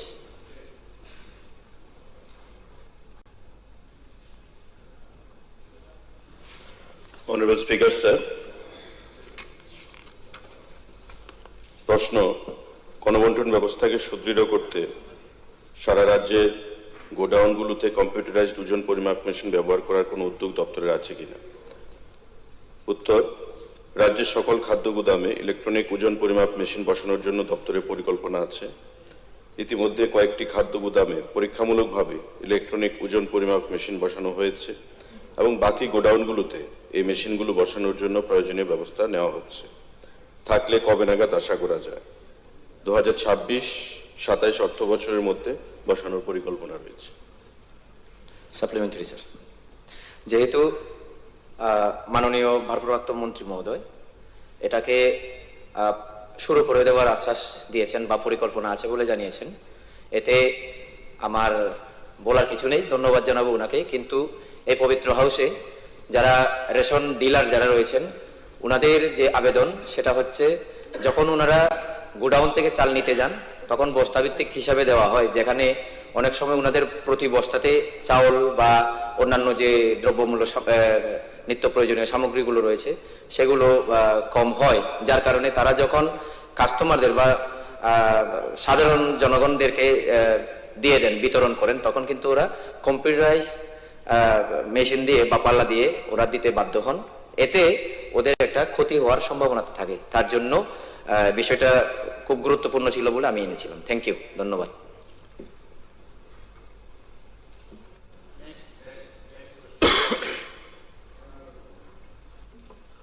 Honourable member Ramutaji. মাননীয় অধ্যক্ষ মহোদয় স্যার, আপনাকে প্রথমেই শুভেচ্ছা এবং অভিনন্দন জানাচ্ছি। আমার এফডিতে স্টার্ট কোশ্চেন নাম্বার 168।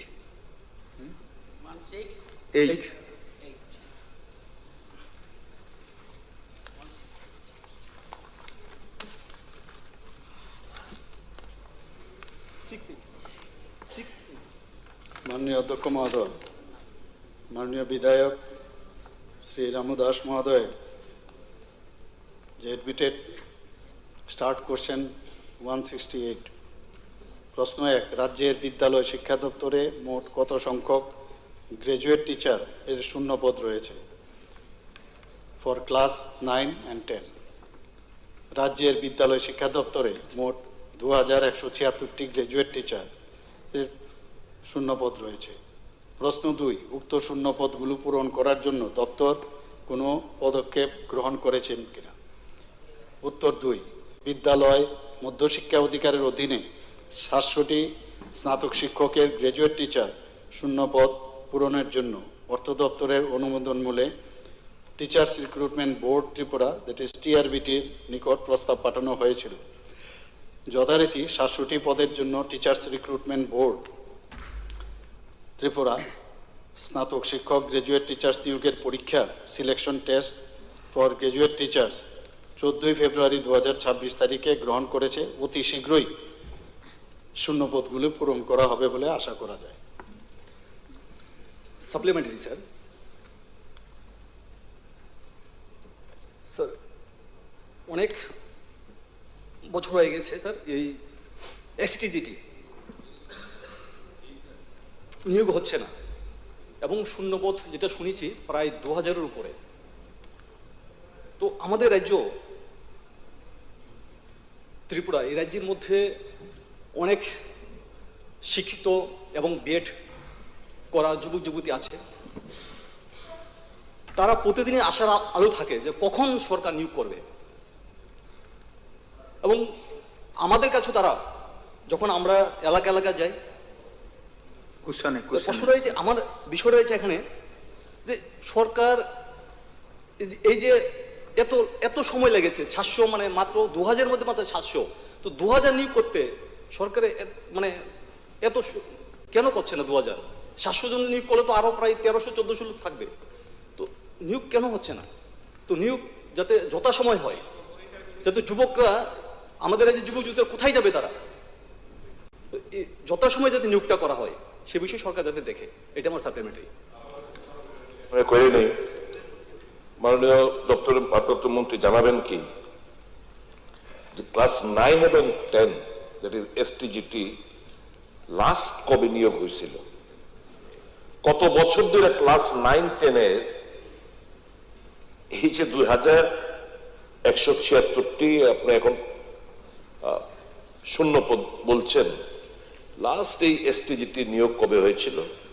এক, এবং দেখা গেছে 14 ফেব্রুয়ারি 2026-এ পরীক্ষা নিয়েছে, বহু বছর বাদে, লাস্ট টাইমটা আমি জানতে চাই।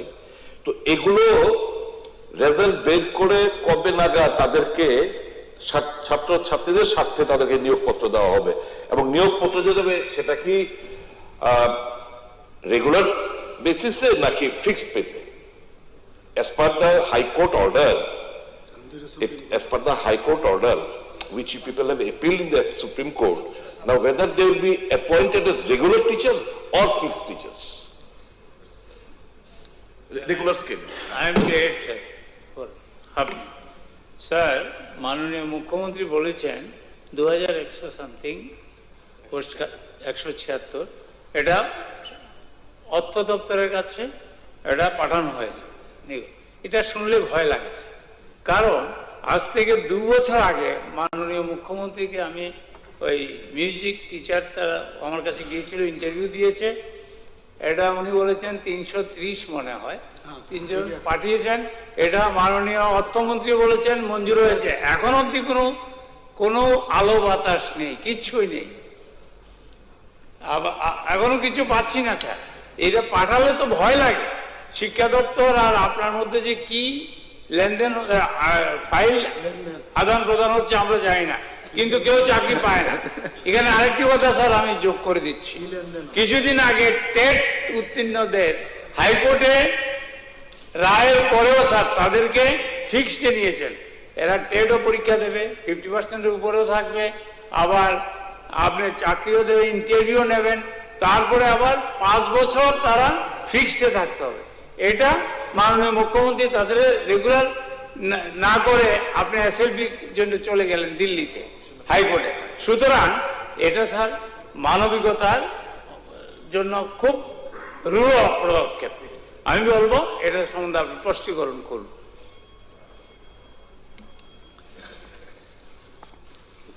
মাননীয় অধ্যক্ষ মহোদয়, এখানে টিআরবিটি গঠিত হয় 2015 সালে, এবং তারপরে 2016 সাল থেকেই বিদ্যালয় মধ্যশিক্ষা অধিকারের অধীনে এই যে স্নাতক শিক্ষক, গ্রাজুয়েট টিচার্স ক্লাস 9-10-এর এই যে শূন্য পদগুলো অর্থ দপ্তরের তখনও কিন্তু অনুমোদন নিত, এবং ধাপে ধাপে এই এসটিজিটির মাধ্যমে সেগুলো পূরণ করা হয়েছে।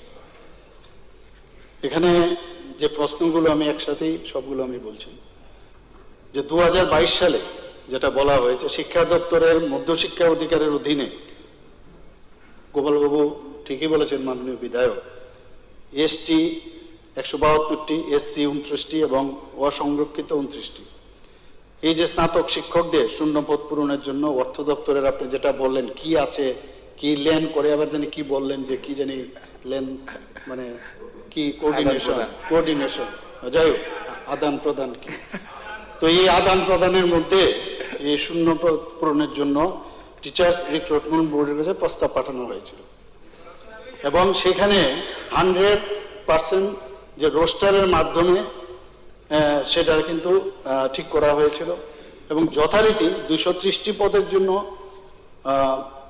যে নিয়োগ পরীক্ষা সিলেকশন টেস্ট সেটাও কিন্তু করা হয়েছিল। এরপর সংরক্ষিত আসন পদের সংখ্যা 20% বেশি হয়ে যাওয়ার কারণে ত্রিপুরার মাননীয় উচ্চ আদালত একটি মামলা হয়, এবং সেখানে টিআরবিটি স্নাতক শিক্ষকের নিয়োগের জন্য পরীক্ষা গ্রহণ করলেও দপ্তর নিয়োগ প্রক্রিয়া সম্পন্ন করতে পারেনি। মাননীয় উচ্চ আদালত উক্ত মামলার নিষ্পত্তি করে যে রায় প্রদান করেছেন তাতে নির্দেশ দিয়েছেন যে স্নাতক শিক্ষকের পদের মোট সংখ্যা পূরণের জন্য যে 50%-এর উপরে যে কোনো রিজার্ভেশন 50%-এর উপরে যেতে পারবে না, এবং এটাকে মাননীয় উচ্চ আদালত এটাও বলেছেন যে কোনো অবস্থায় সেটাকে ক্যারি ফরওয়ার্ডও করা যাবে না, এটা কিন্তু দিয়েছে এই রায়ের কারণ এখানে এসটি এসসি আছে, আপনারা সবাই জানেন। সেই জায়গায় দাঁড়িয়ে আমাদের রাজ্য সরকার রিভিউ পিটিশন দাখিল করেছে, এসএলপি করেছে। এই কারণেই কিন্তু সেই চাকরিটা দেওয়া যায়নি, যেটা আপনি বললেন। আর মাননীয় বিধায়ক সুদীপ রায় বর্মন যেটা বললেন, এই সব কারণে আমাদের যে 22-23-এর জন্য করা হয়নি, লাস্ট যেটা হয়েছে আমি বলছি আপনাকে, 18-19-এ 869 জন দেওয়া হয়েছিল, 2019-20-এ 444, 2020-21-এ আপনি জানেন যে তখন কোভিডের মহামারী, তখন হয়নি, এবং 2021 আমাদের 2022-23-এ 158 জন দেওয়া হয়েছে।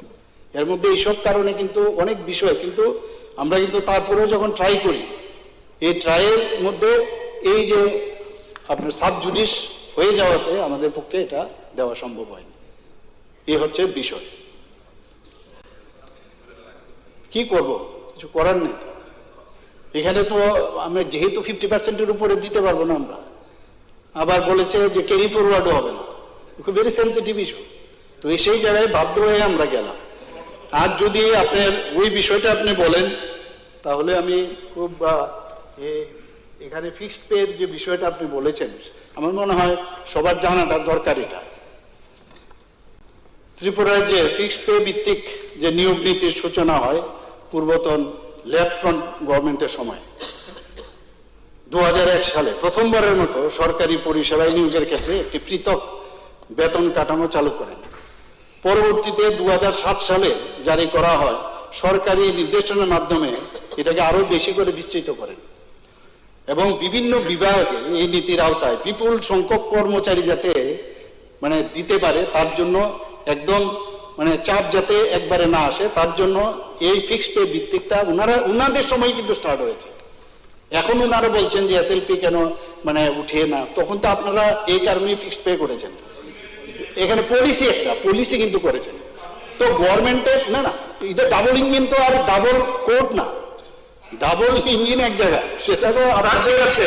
আপনারা প্রতিশ্রুতিবদ্ধ, আপনারা এগুলি সমস্ত করবেন, কিন্তু আপনারা করছেন না। আপনি একটা কথা আপনি বলছেন ডাবল ইঞ্জিন, যতগুলো আমাদের সমস্যা ঠিক আছে আপনারা কিন্তু সৃষ্টি করেছেন, এবং যতগুলো কেস আজকে আমাদের সমস্যা সম্মুখীন হচ্ছি, হাইকোর্টে হোক সুপ্রিম কোর্ট হোক, that had been created by during your tenure. এগুলো বুঝতে হবে আপনাদের। এগুলো সমস্ত আপনি টিআরটিসি বলুন, আপনি জুট মিল বলুন, আপনি সর্বশিক্ষা বলুন, সব আপনাদের সময় এগুলো হয়েছে। এগুলো বুঝতে হবে আপনাদের। প্রতিশ্রুতি তো আপনারাই দিয়েছেন। আরে প্রতিশ্রুতি, আরে কথাটা আপনার প্রতিশ্রুতি কি দেবো, আমরা যেগুলো করছি সেটাই কথা বলছি আমরা। এগুলো তো আইনের বিষয়।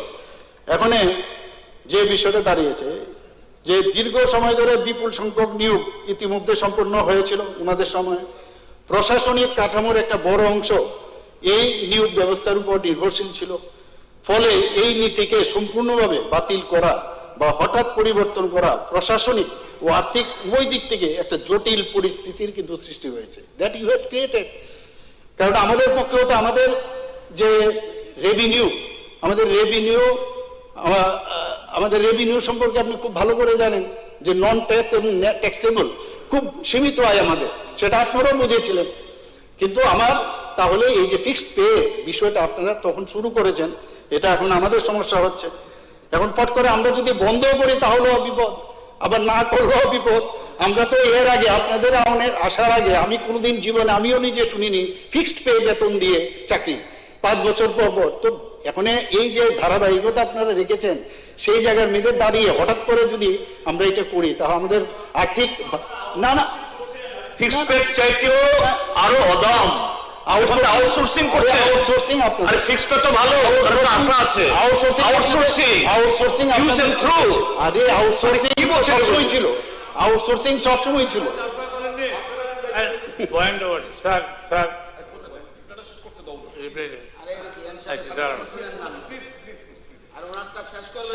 আরে এটাই অ্যাড করতেছে। আমি যেটা বলছিলাম যে এই আর্থিকভাবে যে সীমাবদ্ধ আমাদের এই রাজ্য, এই রাজ্যের নিজস্ব কর বা অকর রাজস্ব আয়ের পরিমাণ সীমিত হয়, রাজ্যের বাজেটের একটা বড় অংশ নির্ভরশীল, আমাদের বাজেটের বড় একটা অংশ। মাননীয় বিধায়ক, মাননীয় বিধায়ক, মাননীয় বিধায়ক গোপাল বাবু একটু প্লিজ, আপনি তো learned man, learned advocate, please listen please. আচ্ছা আচ্ছা প্লিজ বসুন, ভেরি ইম্পর্টেন্ট, এটা ভেরি ইম্পর্টেন্ট, কিন্তু এটা ভেরি ইম্পর্টেন্ট। এটা আমাদের মাননীয় বিধায়ক সুদীপ বাবু কিন্তু বুঝেছেন, এর জন্য বলছেন যে এটা বলার জন্য। কেন্দ্রীয় করের আমাদের, আমরা যে ডিপেন্ড করি কেন্দ্রীয় করের উপর আমরা নির্ভর করতে হয়, কেন্দ্রের অনুদান, তাছাড়া ঋণ গ্রহণ, আমাদের আবার ঋণেরও কিন্তু একটা ক্যাপিং আছে যে 3000 সামথিং এর উপরে আপনি বেশি করে ঋণও নিতে পারবেন না। এই অবস্থার মধ্যে সরকারকে চালাতে হয়। এখানে যে বিভিন্ন যে অর্থ কমিশনের প্রতিবেদনে উত্তর পূর্বাঞ্চলের রাজ্যগুলির এই আর্থিক সীমাবদ্ধতার বিষয়টি শুধু আমাদের এখানে না, নর্থ ইস্টার্ন ইউনিয়নের সবারই কিন্তু এই প্রবলেম হচ্ছে, মানে ছোট ছোট রাজ্যগুলোর আমি বলছি। এখানে 10ম এবং 11তম অর্থ কমিশন তাদের প্রতিবেদনে উল্লেখ করেছিল যে রাজ্যগুলোর নন প্ল্যান রেভিনিউ এক্সপেন্ডিচার, বিশেষত বেতন ও পেনশন বাবদ ব্যয় দ্রুত বৃদ্ধি পাচ্ছে, এই ব্যয় নিয়ন্ত্রণে রাখার জন্য রাজ্যগুলোকে সতর্ক অলরেডি করে দিয়েছে, অলরেডি সতর্ক করেছে। 12তম অর্থ কমিশনের সুপারিশ, ওয়েস্ট পলিসি গ্রহণ করতে হবে যাতে বেতন ব্যয় রাজ্যের মোট রাজস্ব ব্যয়ের একটি নির্দিষ্ট সীমানার মধ্যে থাকে। পরবর্তীতে 13তম এবং 14তম অর্থ কমিশনে রাজ্যগুলোর আর্থিক শৃঙ্খলা, যে ফিনান্সিয়াল যে ডিসিপ্লিন, তার জন্য রাজস্ব ঘাটতি কমানোর উপর গুরুত্ব আরোপ করেছেন। কাজে আমার যে রেভিনিউ এক্সপেন্ডিচার বাড়ালে হবে না, দাবি করা যায়, আপনারাও বুঝেন যারা সরকার চালিয়েছেন, কিন্তু আমাদের পক্ষে আমরা চাই যে ঠিক আছে ডিএ তো দিতেই হবে, আমরা দিচ্ছি এগুলো, কিন্তু এর অর্থ এই না যে আমি সব বিলিয়ে দিলাম এরপরে কোনো কাজ হবে না, এটা ব্যালেন্স করে চলতে হবে। এখানে এই আর্থিক বাস্তবতার প্রেক্ষাপটে ত্রিপুরা সরকার ফিক্সড পে ভিত্তিক নিয়োগ ব্যবস্থা যেটা আপনারা চালিয়েছেন, সেটাই আমরাও কিন্তু সেটাকে কন্টিনিউ করতে আমরা কনসিডার করেছি এবং সেইভাবে আমরা চালিয়ে যাচ্ছি। আমি জানি না ইন ফিউচারে weather it will be continued or not, আমরা দেখবো এটা নিয়ে, কারণ এটা একটা প্রবলেম আমি বলতে গেলে। কিন্তু আপনারা নিশ্চয়ই চিন্তা ভাবনা করে সেটা বলে করেছেন, আমরা এখন পট করে সেটা বন্ধ করতে পারবো না। ত্রিপুরা সরকারের মোট ব্যয় একটা বড় অংশ বেতন এবং পেনশনে কিন্তু চলে যায়। তাছাড়া রাজ্যের মোট ব্যয় আপনারা শুনে মানে মানে নিজেই আপনারা জানেন নিশ্চয়ই, রাজ্যের মোট ব্যয় 40% থেকে 56% বেতন এন্ড পেনশন বাবদে ব্যয় হয়। সুদ, সামাজিক পেনশন, ভর্তুকি ও ঋণ পরিশোধ যুক্ত করলে মোট কমিটেড এক্সপেন্ডিচার করতেই হবে আপনাকে প্রায় 50% থেকে 70%, যদি আমি এটাকে মিন বলি 61% আমাদের শুধু এই খাতে যায় কমিটেড এক্সপেন্ডিচারে। এরপরে বাইরে তারপরে আমরা অন্যান্য ডেভেলপমেন্টের ওয়ার্ক ইত্যাদি করতে হয়।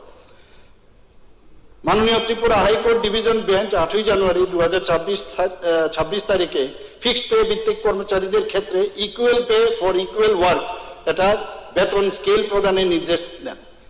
আমরা রাজ্য সরকার নীতিগত সিদ্ধান্তের উপর সরাসরি সেটা আমাদের পলিসি, অথচ যেহেতু হাইকোর্ট থেকে দিয়েছে সেটা আমাদের উপর, কিন্তু সেটা আমাদের বাধ্য হয়েছে আমরা কিছু একটা করতে সেখানে। তো সেখানে আমরা কি করলাম আপনারা সবাই জানেন, তখন মাননীয় হাইকোর্ট রায় সম্পূর্ণভাবে বাস্তবায়ন করা হলে, যদি এটা হয় হাইকোর্টের এই রায় যদি আমাদের করতে হয়, তাহলে আমাদের এই যে সকল কর্মচারীরা যারা আছেন তাদের নিয়মিত বেতন স্কেল প্রদান করতে হবে। যদি নিয়মিত আমরা দিই তাহলে অতিরিক্ত প্রায় 4000 কোটি টাকা আমাদের তার মধ্যে আমাদের যাবে। কোথা থেকে আমরা পাবো সেই টাকাটা? এভাবে দেওয়া যায় না, তো দেয় না এইভাবে, না না দেয় এইভাবে, দেয় এইভাবে, আরে এইভাবে দেয় না। লিডার অফ দ্য হাউস বলছে, সিএম সাহেব কি শেষ করছে? সিএম সাহেব শেষ করেছে বক্তব্য, তারপরে হয় না কি বলছে এগুলি? ইনফ্রাস্ট্রাকচারে সাকসিতে আমরা অনেক কিছু করছি। আরে আমরা সাকসিতে ইনফ্রাস্ট্রাকচার আমরা করছি, তারপর এবং সেখান থেকে যখন আয় বাড়বে তখনই আমরা এগুলো কভার করতে পারবো। কাজে এই কারণেই কিন্তু যে সংবিধানের আর্টিকেল 136 এই কারণেই আমরা এই এসএলপি দায়ের করেছি, যাতে মানে আমাদের উপরে এখন এই যে সমস্যাটা তাদের উপর আমাদের উপর না পড়ে, তার জন্য আমরা এসএলপি করেছি। এই কারণে যে তাতে করে একদিকে ওনারা যে কাজটা করেছেন যে বেশি সংখ্যক লোক 5 বছরের মধ্যে আরো আপনি সময় পেয়ে যাবেন, একটু সময় পাবেন যাতে আরো কাউকে দেওয়া যায়। 5 বছর পর এমন একজন ব্যক্তি নেই যাকে আমরা রেগুলার করছি না, আমরা কিন্তু করছি সবাইকে। একজন ব্যক্তিও 5 বছরের পরে কিন্তু আমরা সেটা এমন না যে রেগুলার করছি না, তাদেরকে একজনও বাদ যায়নি। তো সেই কারণেই আমরা এসএলপি আমরা সেটা করেছি, বিকজ অফ আওয়ার রিসোর্স, যে ফাইন্যান্সিয়াল রিসোর্স, তার উপর ভিত্তি করে আমরা এসএলপিটা করেছি। Thank you. ধন্যবাদ প্রশ্নপত্র মাননীয় সদস্যগণ। প্রশ্নোত্তর পর্ব শেষ হলো। যে সমস্ত তারকা চিহ্নিত প্রশ্নের উত্তর মৌখিকভাবে দেওয়া সম্ভব হয়নি সেগুলো সহ তারকা চিহ্নবিহীন প্রশ্নগুলোর উত্তরপত্র সবার টেবিলে প্রেস করার জন্য আমি সংশ্লিষ্ট দপ্তরের মাননীয় মন্ত্রীগণকে অনুরোধ করছি। মাননীয় অধ্যক্ষ মহোদয়, পরবর্তী আমাদের যাওয়ার আগে আমি 1 সেকেন্ড আপনার নলেজ আমি দিয়ে দিতে চাই। গতকালকে স্টেট ইলেকশন কমিশন নির্বাচন, আমাদের টিটিএডিসি নির্বাচন ঘোষণা করেছে 13th of April এবং 17th of April তার result, if I am not mistaken. তো 13th of April আমাদের কিছু ফেস্টিভ বিজু উৎসব আমাদের রাজ্য উদযাপিত হয়। আমরা আমাদের বাঙালিরাও আমরা কি বলে আর বিশু না কি যেন বলে 13th, এটা আমরা পালন করি। তো আমি প্রস্তাব রাখতে চাই, যদি হাউস এখানে, এটা তো স্টেট ইলেকশন কমিশন, অ্যানোনিমাসলি একটা রেজলিউশন অ্যাডপ্ট করে স্টেট ইলেকশন কমিশনের কাছে either you prepone the date, prepone হবে না কারণ প্রিপোনের হলেই ভালো হতো, কিন্তু প্রিপোনটা হবে না কারণ ওই যে ডেটটা মিলিয়ে করতে হয়, তো রয়ে গেল পোস্টপোন। 13, 14, 15 সংক্রান্তি মাস, পয়লা বৈশাখ। এই কারণে আমার একটা অ্যাপিল থাকবে আপনার মাধ্যমে, আমি লিডার অফ দ্য হাউসের দৃষ্টি আকর্ষণ, অপোজিশন লিডার সকল মেম্বারদের দৃষ্টি আকর্ষণ করছি, আমরা ইলেকশন কমিশনের কাছে, স্টেট ইলেকশন কমিশনের কাছে এই ডেটটাকে একটু পোস্টপোন করে, যেহেতু প্রিপোন করা কোনো যাবে না, পোস্টপোন করে after 17th any date as per the convenience, কারণ আমাদের এপ্রিল মাসের মধ্যেই ইলেকশনটা কন্ডাক্ট করলেই হলো। এক সেকেন্ড, যেটা দ্য রেজাল্ট দ্য 17th, আমাদের 5 রাজ্যের নির্বাচন, এর মধ্যে 2টো স্টেট তামিলনাড়ু এবং বাংলা 2 ফেজ, এবং তামিলনাড়ুর বোধহয় সিঙ্গেল ফেজে নির্বাচন অনুষ্ঠিত হবে 23-29। তো অবভিয়াসলি দ্য রেজাল্ট অফ, হতে পারে ছোট state, but the result of the ADC is going to have its implication on the result of Bengal particularly, and that of course obviously that of Tamil Nadu also. তো আমার অনুরোধ থাকবে 17-18 তারিখ election হলেও যাতে রেজাল্টটা not before the completion of Bangla এবং তামিলনাড়ু নির্বাচন সম্পন্ন না হওয়া অবধি যেন রেজাল্টটা উইথহেল্ড করা রাখা হয়, কাউন্টিংটা যেন হয় অন 30th হোক, 29 তারিখ যদি লাস্ট নির্বাচন হয় তা 30th of April হতে পারে কাউন্টিং, নো ইস্যু। তো এটা একটা প্রস্তাব, if the house agrees upon to postpone the date and to withhold the result till the completion of the Bengal and Tamil Nadu election. এটা আমার একটা প্রস্তাব থাকলো আপনার মাধ্যমে, leader of the house, opposition leader, all political পার্টিজের কাছে। Thank you. আমি আমার দুটো বিষয়টা যাওয়ার আগে এই বিষয়টা ইতিমধ্যেই সোশ্যাল মিডিয়াতে দেখেছি, শাসক দলের তরফ থেকেও এ বিষয়ে নির্বাচন কমিশনের কাছে আবেদন রাখা হয়েছে। তো আমার মনে হয় এই প্রস্তাব গ্রহণ করা এবং নির্বাচন কমিশনকে অনুরোধ করা এটা সবাই সর্বসম্মত হবেন।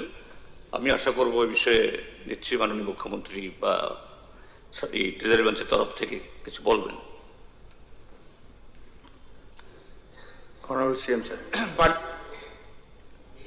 সম্মতিকর প্রস্তাব উঠেছে, এখানে কংগ্রেস পরিষদের দল বলেছে, সিপিএম বলেছে, সব রাজনৈতিক দল বললেই সর্বসম্মতি হবে।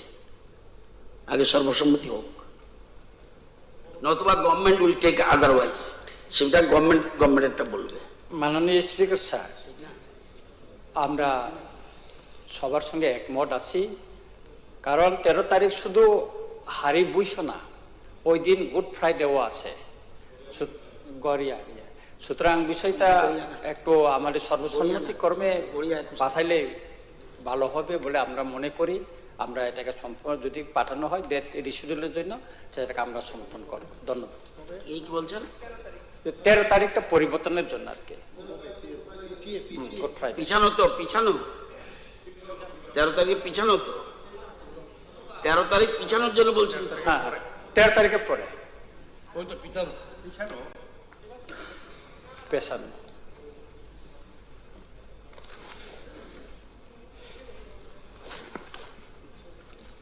মাননীয় অধ্যক্ষ মহোদয়, যেহেতু বিষয়টা আমাদের রাজ্যে স্বশাসিত জেলা পরিষদ নির্বাচন, এই নির্বাচনকে কেন্দ্র করে গতকালকে আমাদের রাজ্যের নির্বাচন কমিশন, যেটা নির্বাচনের ডেট ঘোষণা করা হয়েছে,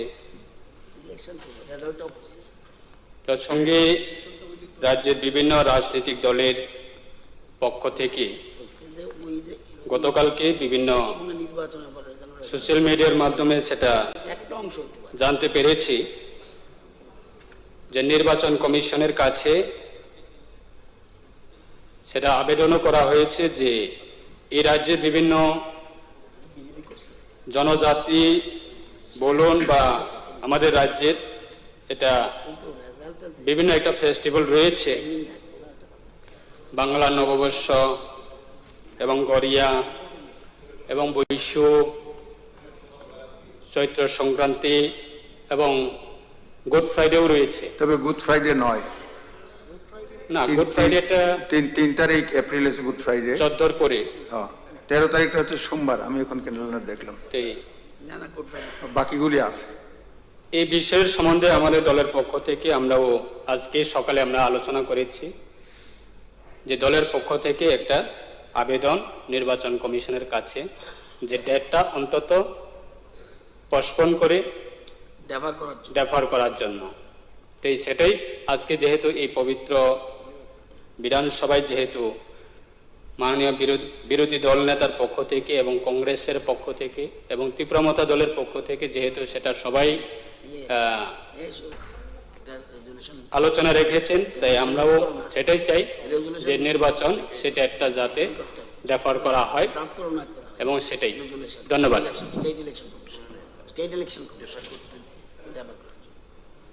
তো honourable leader of house CM সাহেব। মাননীয় অধ্যক্ষ মহোদয়, এখানে সবার কাছে হয়তোবা বিষয়টা আছে এখানে যে 17 তারিখ তো এটার অ্যানাউন্সমেন্ট হয়েছে ইলেকশনের এডিসির, আর নোটিফিকেশন অফ ইলেকশন 18/3, অর্থাৎ আজকেই করতে হবে নোটিফিকেশন। তো কাজেই যা বলার আজকেই মধ্যেই আমাদের করতে হবে। আর নমিনেশন দিতে হবে 25/3 থেকে, মানে নমিনেশন 25/3। আবার স্ক্রুটিনিও আছে, কিন্তু টাইট কিন্তু প্রোগ্রামটা, স্ক্রুটিনি অফ নমিনেশন 26/3, আবার উইথড্রল আছে, তো টাইম দিতে হবে আপনার 26, মানে এখানে একদিন দিল 28/3, এরপরে ডেট অফ পোল দিল 13/4। এখন এই যে ডেট অফ পোলের পরে আবার ডেট অফ রিপোলের একটা ব্যবস্থা আছে, এটাও দিতে হবে।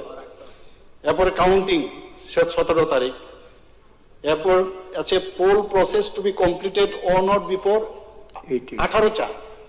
কেন 18/4? কারণ 18 তারিখ কিন্তু আপনি যেটা বললেন এটা পিছিয়ে দেব, পিছিয়ে দিলে কিন্তু এগুলো পিছবে সব। আপনার এডিসি কিন্তু তাহলে আপনার অ্যাডমিনিস্ট্রেটর বসাতে হবে। মাথায় পড়ে বলবেন না যে আমাদের এডিসি ভেঙে দিয়েছে, এডিসি কিন্তু তখন অ্যাডমিনিস্ট্রেটর বসাতে হবে আপনার 18। কারণ এই যে আমি ক্রোনোলজিটা বললাম এটা কিন্তু সবকটা পিছবে এখন। কাজে যদি আপনারা সবাই বলেন যে পেছনের জন্য, কারণ তিনটা এখানে অনুষ্ঠান আছে, আমার হচ্ছে অনেকে ফোন করেছে, আমি বললাম এটা তো আমাদের না, এটা বিষয়টা হচ্ছে স্টেট ইলেকশন কমিশনের। আমি বললো আমরাও যদি বলি ইলেকশন কমিশন করবে, আমরা সাজেশন দিতে পারি, নিশ্চয়ই ইলেকশন কমিশন আমাদের সাজেশনটার গুরুত্ব দেবে, প্রস্তাব আমরা পাঠাতে পারি, এবং সেটা কিন্তু আগে চিন্তা করতে হবে আমাদের।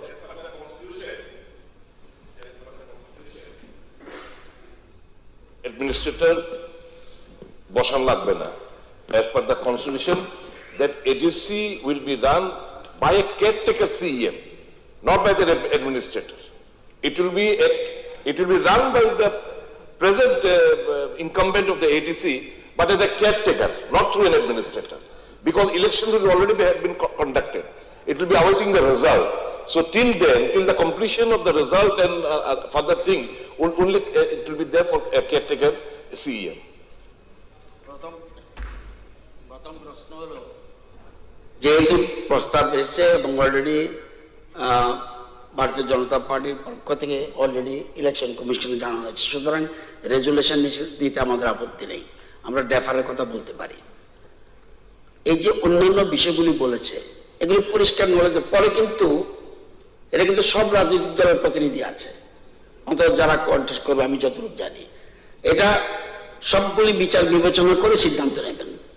পরে কিন্তু বিধানসভা resolution is not so less important, is very most important things is this, সুতরাং মাথায় রেখে চিন্তা করে করবেন।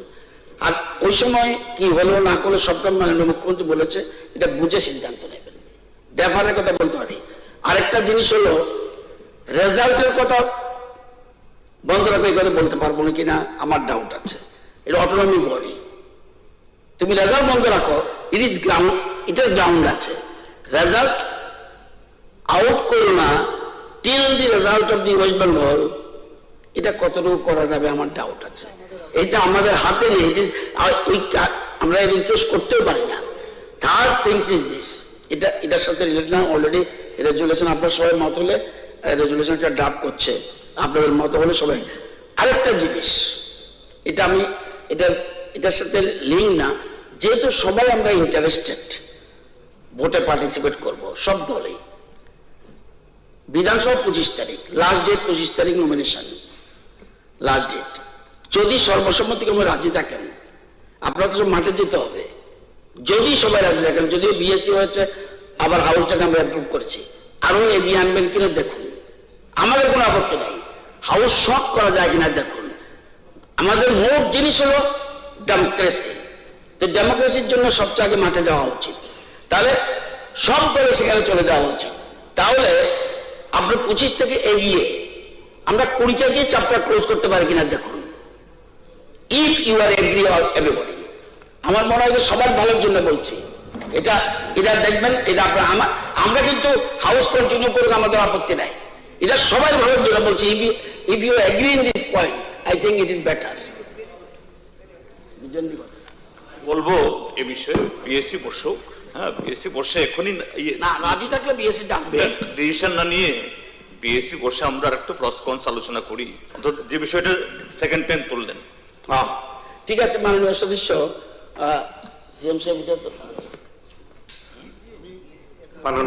মাননীয় স্পিকার স্যার, যেহেতু টিটিআইডিসির নির্বাচনের পরিপ্রেক্ষিতে কিছু বিশেষভাবে ভোটের যে দিনটা, এবং যেহেতু এটা নিয়ে যে টিটিআইডিসির যে পিরিয়ডটা আগামী 18 তারিখ পর্যন্ত, যেহেতু 19 তারিখে গত যে কাউন্সিলের কার্য কিনে বলে অফিসে তারা অফিস নিয়েছিলেন। একটাই মাত্র আমি দেখি, যদি 13 তারিখ না করে একদিন 12 তারিখ করা যায় কিনা। তো এই একদিন যদি করা হয় তাইলে আর কোনো অসুবিধা থাকবে বলে মনে হয় না। এটা আমাদের প্রস্তাব। আর দ্বিতীয়ত হচ্ছে ভোট গণনা যেটা সেম থাকবে। আর কিনা বলে মাননীয় সদস্য সুদীপ রায় বর্মন যেটা মহোদয় যেটা প্রস্তাব করেছেন, রেজাল্টটা যেটা 17 তারিখ রেখেছেন সেটা 17 তারিখ বা 17 তারিখই থাকুক, এজ ইট ইজ, কোনো সমস্যা হওয়ার কথা না। সামনে শুধুমাত্র 12 তারিখে আনাটাই আমাদের প্রস্তাব থাকবে, আর তাহলে আর কোনো অসুবিধা থাকবে বলে মনে হয় না। আমি মনে করি ভেরি গুড প্রপোজাল। এটা একদিন শুধু পোলিং ডেট না, ইভেন কাউন্টিং ডেটও যদি একদিন এগিয়ে দেয় কোনো অসুবিধা নাই। কেননা গতবারও 11 এপ্রিল ভোট গণনা হয়েছিল, কিন্তু কাউন্সিল গঠিত হয়েছিল 20 এপ্রিল, আমার যতটুকু মনে পড়ে। কাজে অনেকদিন লেগেছে। কাজে কাউন্সিল গঠন হওয়ার পর নির্বাচন কমিশনের কাছ থেকে সমস্ত সার্টিফিকেট নিয়ে যে পলিটিক্যাল পার্টি যারা ফর্ম করবেন তারা সঙ্গে সঙ্গে করে ফেলতে পারবেন। তা না হলে তো একটা কনস্টিটিউশনাল একটা হবে, মানে প্রবলেমে পড়বে। কাজে একদিন দুটোই এগিয়ে দিলে কোনো অসুবিধা নেই। আর অনারেবল স্পিকার, আমার একটা প্রস্তাব থাকবে, আমাদের যে সেশনটা এটা আপাতত 20 তারিখ অব্দি যদি হয় তাহলে স্থগিত রাখতে পারেন। হ্যাঁ, আর রাখতে পারবো না, বাজেট পাস করতে হবে, ফাইন্যান্সিয়াল প্রবলেম আছে আমাদের, হবে না। ওইটা আপনি এটা বিএসসি রিকোয়েস্ট করতে পারেন দেবার জন্য, এটা পোস্টপোন রাখতে হবে, 31 মার্চের আগে আমাদের শেষ করতে হবে না। এখন আগে ঠিক করুন যেটা বলছেন রেজলিউশনটা বলে। আমি একজন আমাদের মন্ত্রী মহোদয়কে বলছি ড্রাফট করার জন্য, সুদীপ বাবু এবং জিতেন বাবু আপনারা দেখে দিন, চিফ মিনিস্টার সাহেব লাস্টে দেখবেন, কিন্তু আগে ঠিক করুন কি করবেন। 12 তারিখ করলেই ভালো হবে সবার জন্য। হ্যাঁ, 12 তারিখ করলেই সবার জন্য ভালো হবে। দেখুন, হ্যাঁ, 12 তারিখ কারো অসুবিধা নেই। ভালো যারা সোশ্যাল এখন সমাজে যে ফেস্টিভ করে তারাও তো বলছেন 12 তারিখ করলে কারো অসুবিধা হবে না।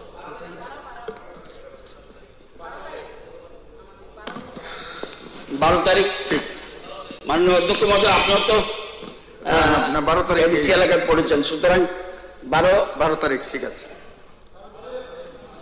অপোজিশন লিডার মাননীয় আইপিএফটি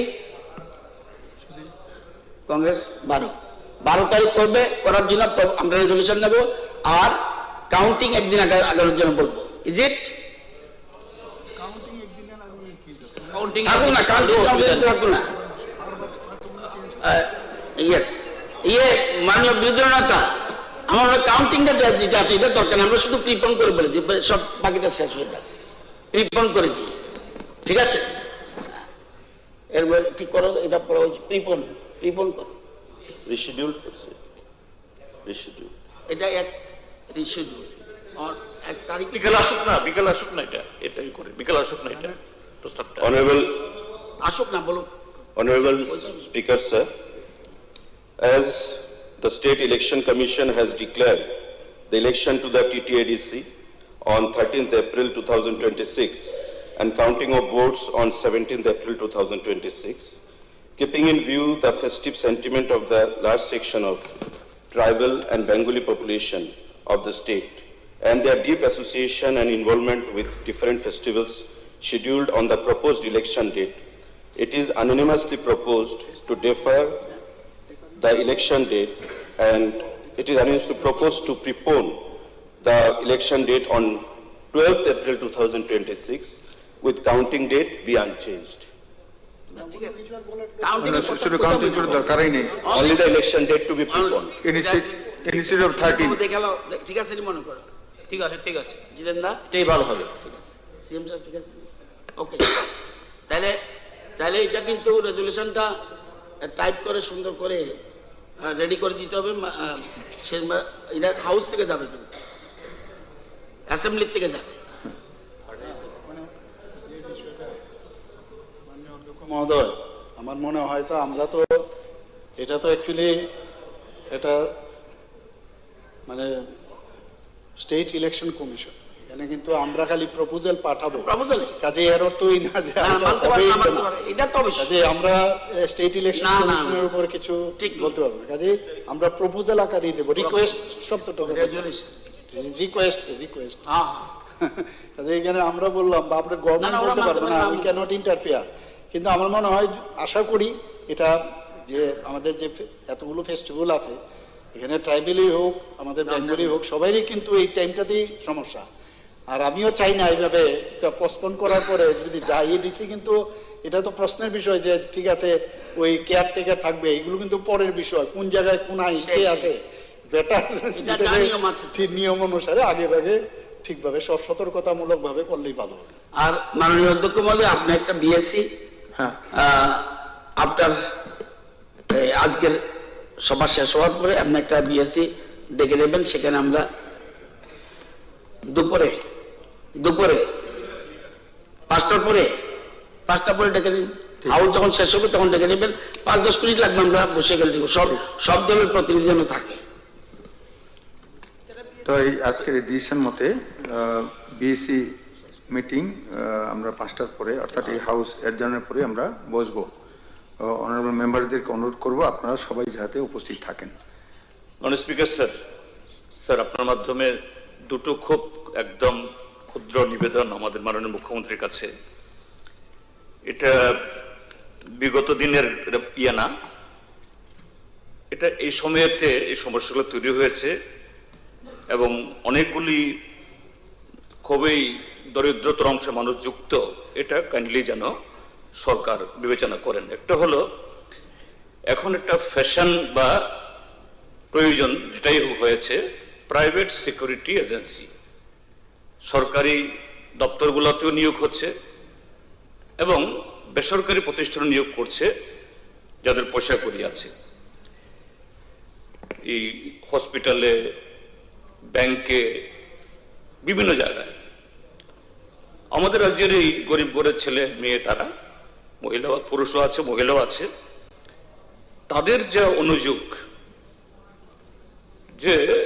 যে সমস্ত সিকিউরিটি এজেন্সি তাদেরকে নিয়োগ করে তাদের কোনো ধরনের অ্যাপয়েন্টমেন্ট লেটার দেয় না এবং একজনের সাথে আরেকজনের কত বেতন দেয় এটাও কেউ জানে না। এবং কর্তৃপক্ষ অর্থাৎ তাদেরকে যারা নিয়োগ করে তাদের একটু অপছন্দ হলে পরে ঘাট ধরে বের করে দেয়। সম্পূর্ণ একটা খুবই নিরাপত্তাহীন ভাবে তারা আছে। স্যার, এই প্রাইভেট সিকিউরিটি এই নিয়োগের যে আমাদের দেশে শুরু হয়েছিল, তার একটা অ্যাক্ট হয়েছে পার্লামেন্টে। একটা হলো the private security agencies regulatory act 2005। এই অ্যাক্ট অনুযায়ী রাজ্য সরকারকে অনেকগুলো যে এগুলোর দেখভাল করার জন্য বা নিয়ন্ত্রণ করার জন্য যে সমস্ত ক্রাইটেরিয়া করা হয়েছে, দুটো জিনিসে রাজ্য সরকারকে সেরকম ফ্লেক্সিবিলিটি দিয়েছে। সেটা হলো framing of model rules for adoption by states, আর একটা power of state government to make rules. আমাদের রাজ্যে সম্ভবত এরকম কোনো রুলস বা এরকম কোনো মডেল রুলস তৈরি হয়নি। এটা যদি তৈরি হয় তাহলে সিকিউরিটি এজেন্সি যারা এইভাবে সিকিউরিটি ছেলে মেয়েদের নিয়োগ করছে তারা বাধ্য হবে তাদের দিনে কত ঘন্টা কাজ করবে, তাদের মিনিমাম ওয়েজ কত হবে এবং আরো কিছু সুযোগ সুবিধা, অর্থাৎ তাদের সিকিউরিটির প্রশ্নে। কিন্তু এগুলো এখন হচ্ছে না বলে they are being exploited like anything. কাজে তাদের এই প্লাইট, এটাকে একটু সেরকম ভাবে একটা অক্সিজেন দেওয়ার জন্য আমি মাননীয় মুখ্যমন্ত্রীকে অনুরোধ করবো স্যার আপনার মাধ্যমে এই বিষয়টা একটু দেখুন এবং দেখে এক্সামিন করে কিভাবে আমাদের রাজ্যে এই সিকিউরিটি এজেন্সিস তাদের উপরে এরকম কিছু ধরা বাধা এর মধ্য দিয়ে গরিব গরিব ছেলে মেয়েরা তারা উপকৃত হবে। আমি এই রুলসটা আমি মাননীয় মুখ্যমন্ত্রীকে দেব।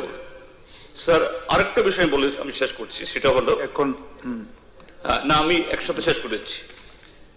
সেটা হলো একটু আগে আমরা অনেক আলোচনা করেছি এই যে এসএসএ এবং অন্যান্য বিষয়ে স্যার ঠিক একই রকমেরই যে একটা স্টেট গভর্নমেন্ট এই গভর্নমেন্টই করেছে জেআরবিটি। এই জেআরবিটির ক্ষেত্রেতেও এরকম বেশ কিছু ডিপার্টমেন্টের নিয়োগের জন্য পরীক্ষা ইত্যাদি হয়েছে, লোয়ার ডিভিশন ক্লার্ক, তারপর মাল্টিটাস্কিং অপারেটর, তারপরে এগ্রিকালচারের এরকম কিছু পোস্ট একসাথে করে বিভিন্ন ডিপার্টমেন্ট যাতে খুব যে এই দীর্ঘায়িত না করে ইন্টারভিউ প্রসেস তারা পেতে পারেন। কিন্তু এই ক্ষেত্রেতেও ইন্টারভিউ হয়েছে বহু আগে, হ্যাঁ সেই জায়গাতে 100 পয়েন্ট রোস্টার মেনটেন করতে গিয়ে হ্যাঁ সেখানে আমি শেষ করছি করতে গিয়ে সেই জায়গাতে কিছু অসুবিধা হয়েছে, এই জন্য হয়নি। কিন্তু এরপরও কোর্ট রায় দিয়েছে, কিন্তু এখনো তাদের ক্ষেত্রেতেও কোন ধরনের ইমপ্লিমেন্টেশন হচ্ছে না। মাননীয় মুখ্যমন্ত্রী এই দুটো ক্ষেত্রেতেই প্রাইভেট সিকিউরিটি এবং জেআরবিটি এগুলোর উপরে সমস্ত তথ্য নিয়ে এবং এই হাউসকে তাদের সম্পর্কে কি ব্যবস্থা গ্রহণ করা হবে এরকম একটা চিত্র এখানে তুলে ধরবেন কিনা। মাননীয় অধ্যক্ষ মহোদয়, মাননীয় এলএপু সাহেব, জিতেনবাবু যে বিষয়টা বলেছেন যে প্রাইভেট সিকিউরিটি, তা আমি নিজেও কিন্তু, কারণ ডিএম এর কাছে এটা অ্যাপ্লাই করতে হয় বিভিন্ন যেসব এজেন্সি আছে, আমি একবার ডেকে জিজ্ঞেসও করেছিলাম কোনো রুলস রেগুলেশন আছে কিনা। ওনারা যত আপনি যেমন খুব সম্ভবত আমিও খুব সম্ভবত ওনারা কিছু ক্রাইটেরিয়া ফিক্স করেছে এখানে, তো সেই বিষয়ে আমি পুরো খবর নিয়ে আমি পরবর্তী সময়ে আপনাকে জানাতে পারবো। আর জেআরবিটির বিষয়ে যেটা বললেন সেটাও পুরো আপনি যা যা চাইছেন আমি পুরো বিষয় খবর নিয়ে আমি পরে আপনাকে জানাবো। তো আমাদের এখন বিরতির বিষয়, এই সভা দুপুর 2টা পর্যন্ত স্থগিত থাকবে। সবাইকে ধন্যবাদ।